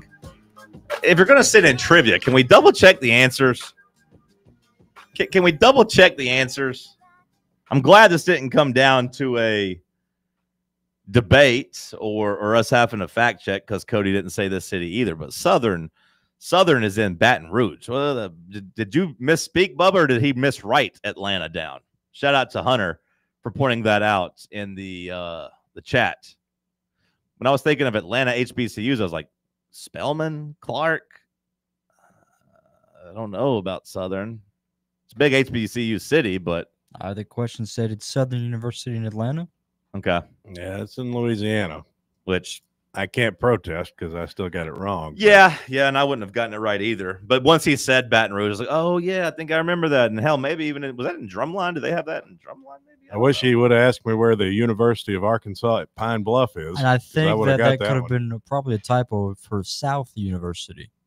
Because South University is in Atlanta. Even more of a three-pointer. South University. We all know that one. Well, that's or it could have been Georgia Southern if you got the Georgia first. All of that's possible because South University is in Savannah. Right state, though. We're getting closer. We are getting closer. So really, he just messed it up 5 different ways. But there's 5 different ways for him to draw out and say that he messed up versus just saying, oh, I got by Google AI. But, hey, we always appreciate people sending in trivia. It helps us out. People like playing. I hate to tell Volin SC, but that disqualifies him from being this week's Freak of the Week. There's more than one way to skin a dog. That disqualifies him from being the Freak of the Week this week. But, hey, next week you can be in the running. We got a wide open competition so far this week for Freak of the Week. It's not so cute when you think about a dog getting skinned instead of a cat, huh? A lot of comments, in particular from Josh. Josh loves chatting here on the YouTube, which we love the enthusiasm, Josh, but I would ask maybe just dial it back 10%. Just 10%. Instead of 10 posts a segment, make it 8 or 9. That'd be good. So you want fan engagement, and you complain when you get fan engagement, Sean. It just okay. Good point by you, Bubba. Josh, don't take offense to that. Let me say that a different way, Bubba. We need more people to post to balance out. We need 10% more of posts from other people. That way it's not like 4 messages in a row from Josh. It's 3 messages in a row from Josh. Boom, someone else posted. Now Josh gets 3 more. You see what I'm saying? Like, maybe you're right. It's not him posting less. It's other people posting more. So you're looking out for the others because Josh is making them look bad by not being as engaged as he is. Exactly. But, I mean, it is him racking up the points they give you on YouTube. He's racking up the XPs. I mean, he is in the mix right now, and maybe even a co-front runner for Freak of the Week. Do you love the show or not? It is a question. Do you love the show or not? Because shout out to the 11 of you. Like 80 people have been there watching live. Like only 13 people followed directions in terms of smashing that like button and upping the subscriber count. Like, subscribe, and comment. Bubba, what did we miss today? Well, John, we've missed a couple things. Get my little handy dandy notebook. Hey, word to Blue's Clues. R.I.P. to Blue. Damn, they had to put him down. Yeah. So today, I forgot to mention earlier, is National Wing Day, which means a couple of places that, advertise wings, such as Zaxby's, Buffalo Wild Wings, Whataburger, Zaxby's sucks. And Popeyes and Chili's all have wing Zaxby's specials. quality has dipped tremendously. It's awful. Wings or just chicken in general? Chicken in general. Their tenders aren't bad. I'm not saying they taste bad, Jackson. By the way, you've been very argumentative with me lately, but the tenders are like that long. Like, they're not tenders. We can't call those tenders. Yeah, I will agree. That is something Which I have noticed. I guess they are calling them fingers. So like they got a little outlet there, but like, come on, man. Like 3 inches long. I got caught posturing. In trivia, you posture sometimes, and you're like, "Oh, I knew that question." I got caught red-handed with Southern. I was like, "Yeah, Atlanta." I got caught posturing. Yeah, you tough. you did do that. I did. We have the Guardians Emmanuel Claus. That's really why I'm lasting out. Out on paid leave. The guy who was in the gambling scandal is now out on paid leave indefinitely. We have Lakers star Luka. How about on the that? Men's Health Fat. magazine? He's fat. No, he's not anymore. He's he not lost anymore. weight? He's skinny Luka now. You can't call him fat anymore? Not for now. He is on the cover of Men's Health, and he is doing a magazine shoot. He looks pretty good. Like, you know what happened? He got bullied. He left Texas No. and he went to California. No. He started eating green. No, he got bullied. There's a lot of food trucks out there in California. You didn't go to California and lose weight, buddy, so you don't get to act like that. What I'm saying is I was less weight in California than I was in Texas. I'm not saying I got healthy or anything. I don't know if that's true, but you know your truth better than I do. But I don't think it was that as much as it was he got bullied. Everyone called him fat for about 6 straight months. He said, "Damn, this is embarrassing. I got to get my life together. I'm going to show." And some good old-fashioned spite, some good old-fashioned hate. I think he just went from Kalachi World to Sweet Green. A very public dumping. Well, he also got dunked on, but a very public dumping. He got dumped by the Mavericks, and Nico told everybody he's fat. And look, I called him fat, which, is rich coming from you. Kind of funny coming from me. But I feel represented, and now I don't. That's even richer coming from Cody. But I will say that you're 280. I'm not 280. I'm not 280. You're 380. If you look at you from the belly button up, you look 280. From the belly button up? Yeah. See, I would say difference. I would say if you look at me from the knees to nipples, I look 280. Knees to nipples. I'm including the head, big chubby head. Yeah. I'm just saying on camera, I think you look 280. On not here on the desk. But you got those skinny little legs, so it drops you down a little bit. Not here on the desk. Here on the desk, I don't look 280. No. Not here on the desk. I look good. It's because it's from belly button up. We have the Vol and SC admitting his mistake he has come to. He says the Southern thing was on him. He was looking at ESPN, and where the games were played in their first game this season is played in Atlanta. And they were the home team, so that's on him. Okay. Well, of course it was on him. He's the one that came up with the damn question. It wasn't on us. I got caught posturing, but it wasn't on me. We also have Luke Littler winning the Triple Crown of the darts. Boo. The 18-year-old phenom is just feasting his fingers on that dartboard, man. Boo. Going crazy. And then we also have my gal, Cameron Brink, making her season debut 13 months after her Hey, ACL. the Sparks have been on fire, boys. You guys might not be paying attention. And Judge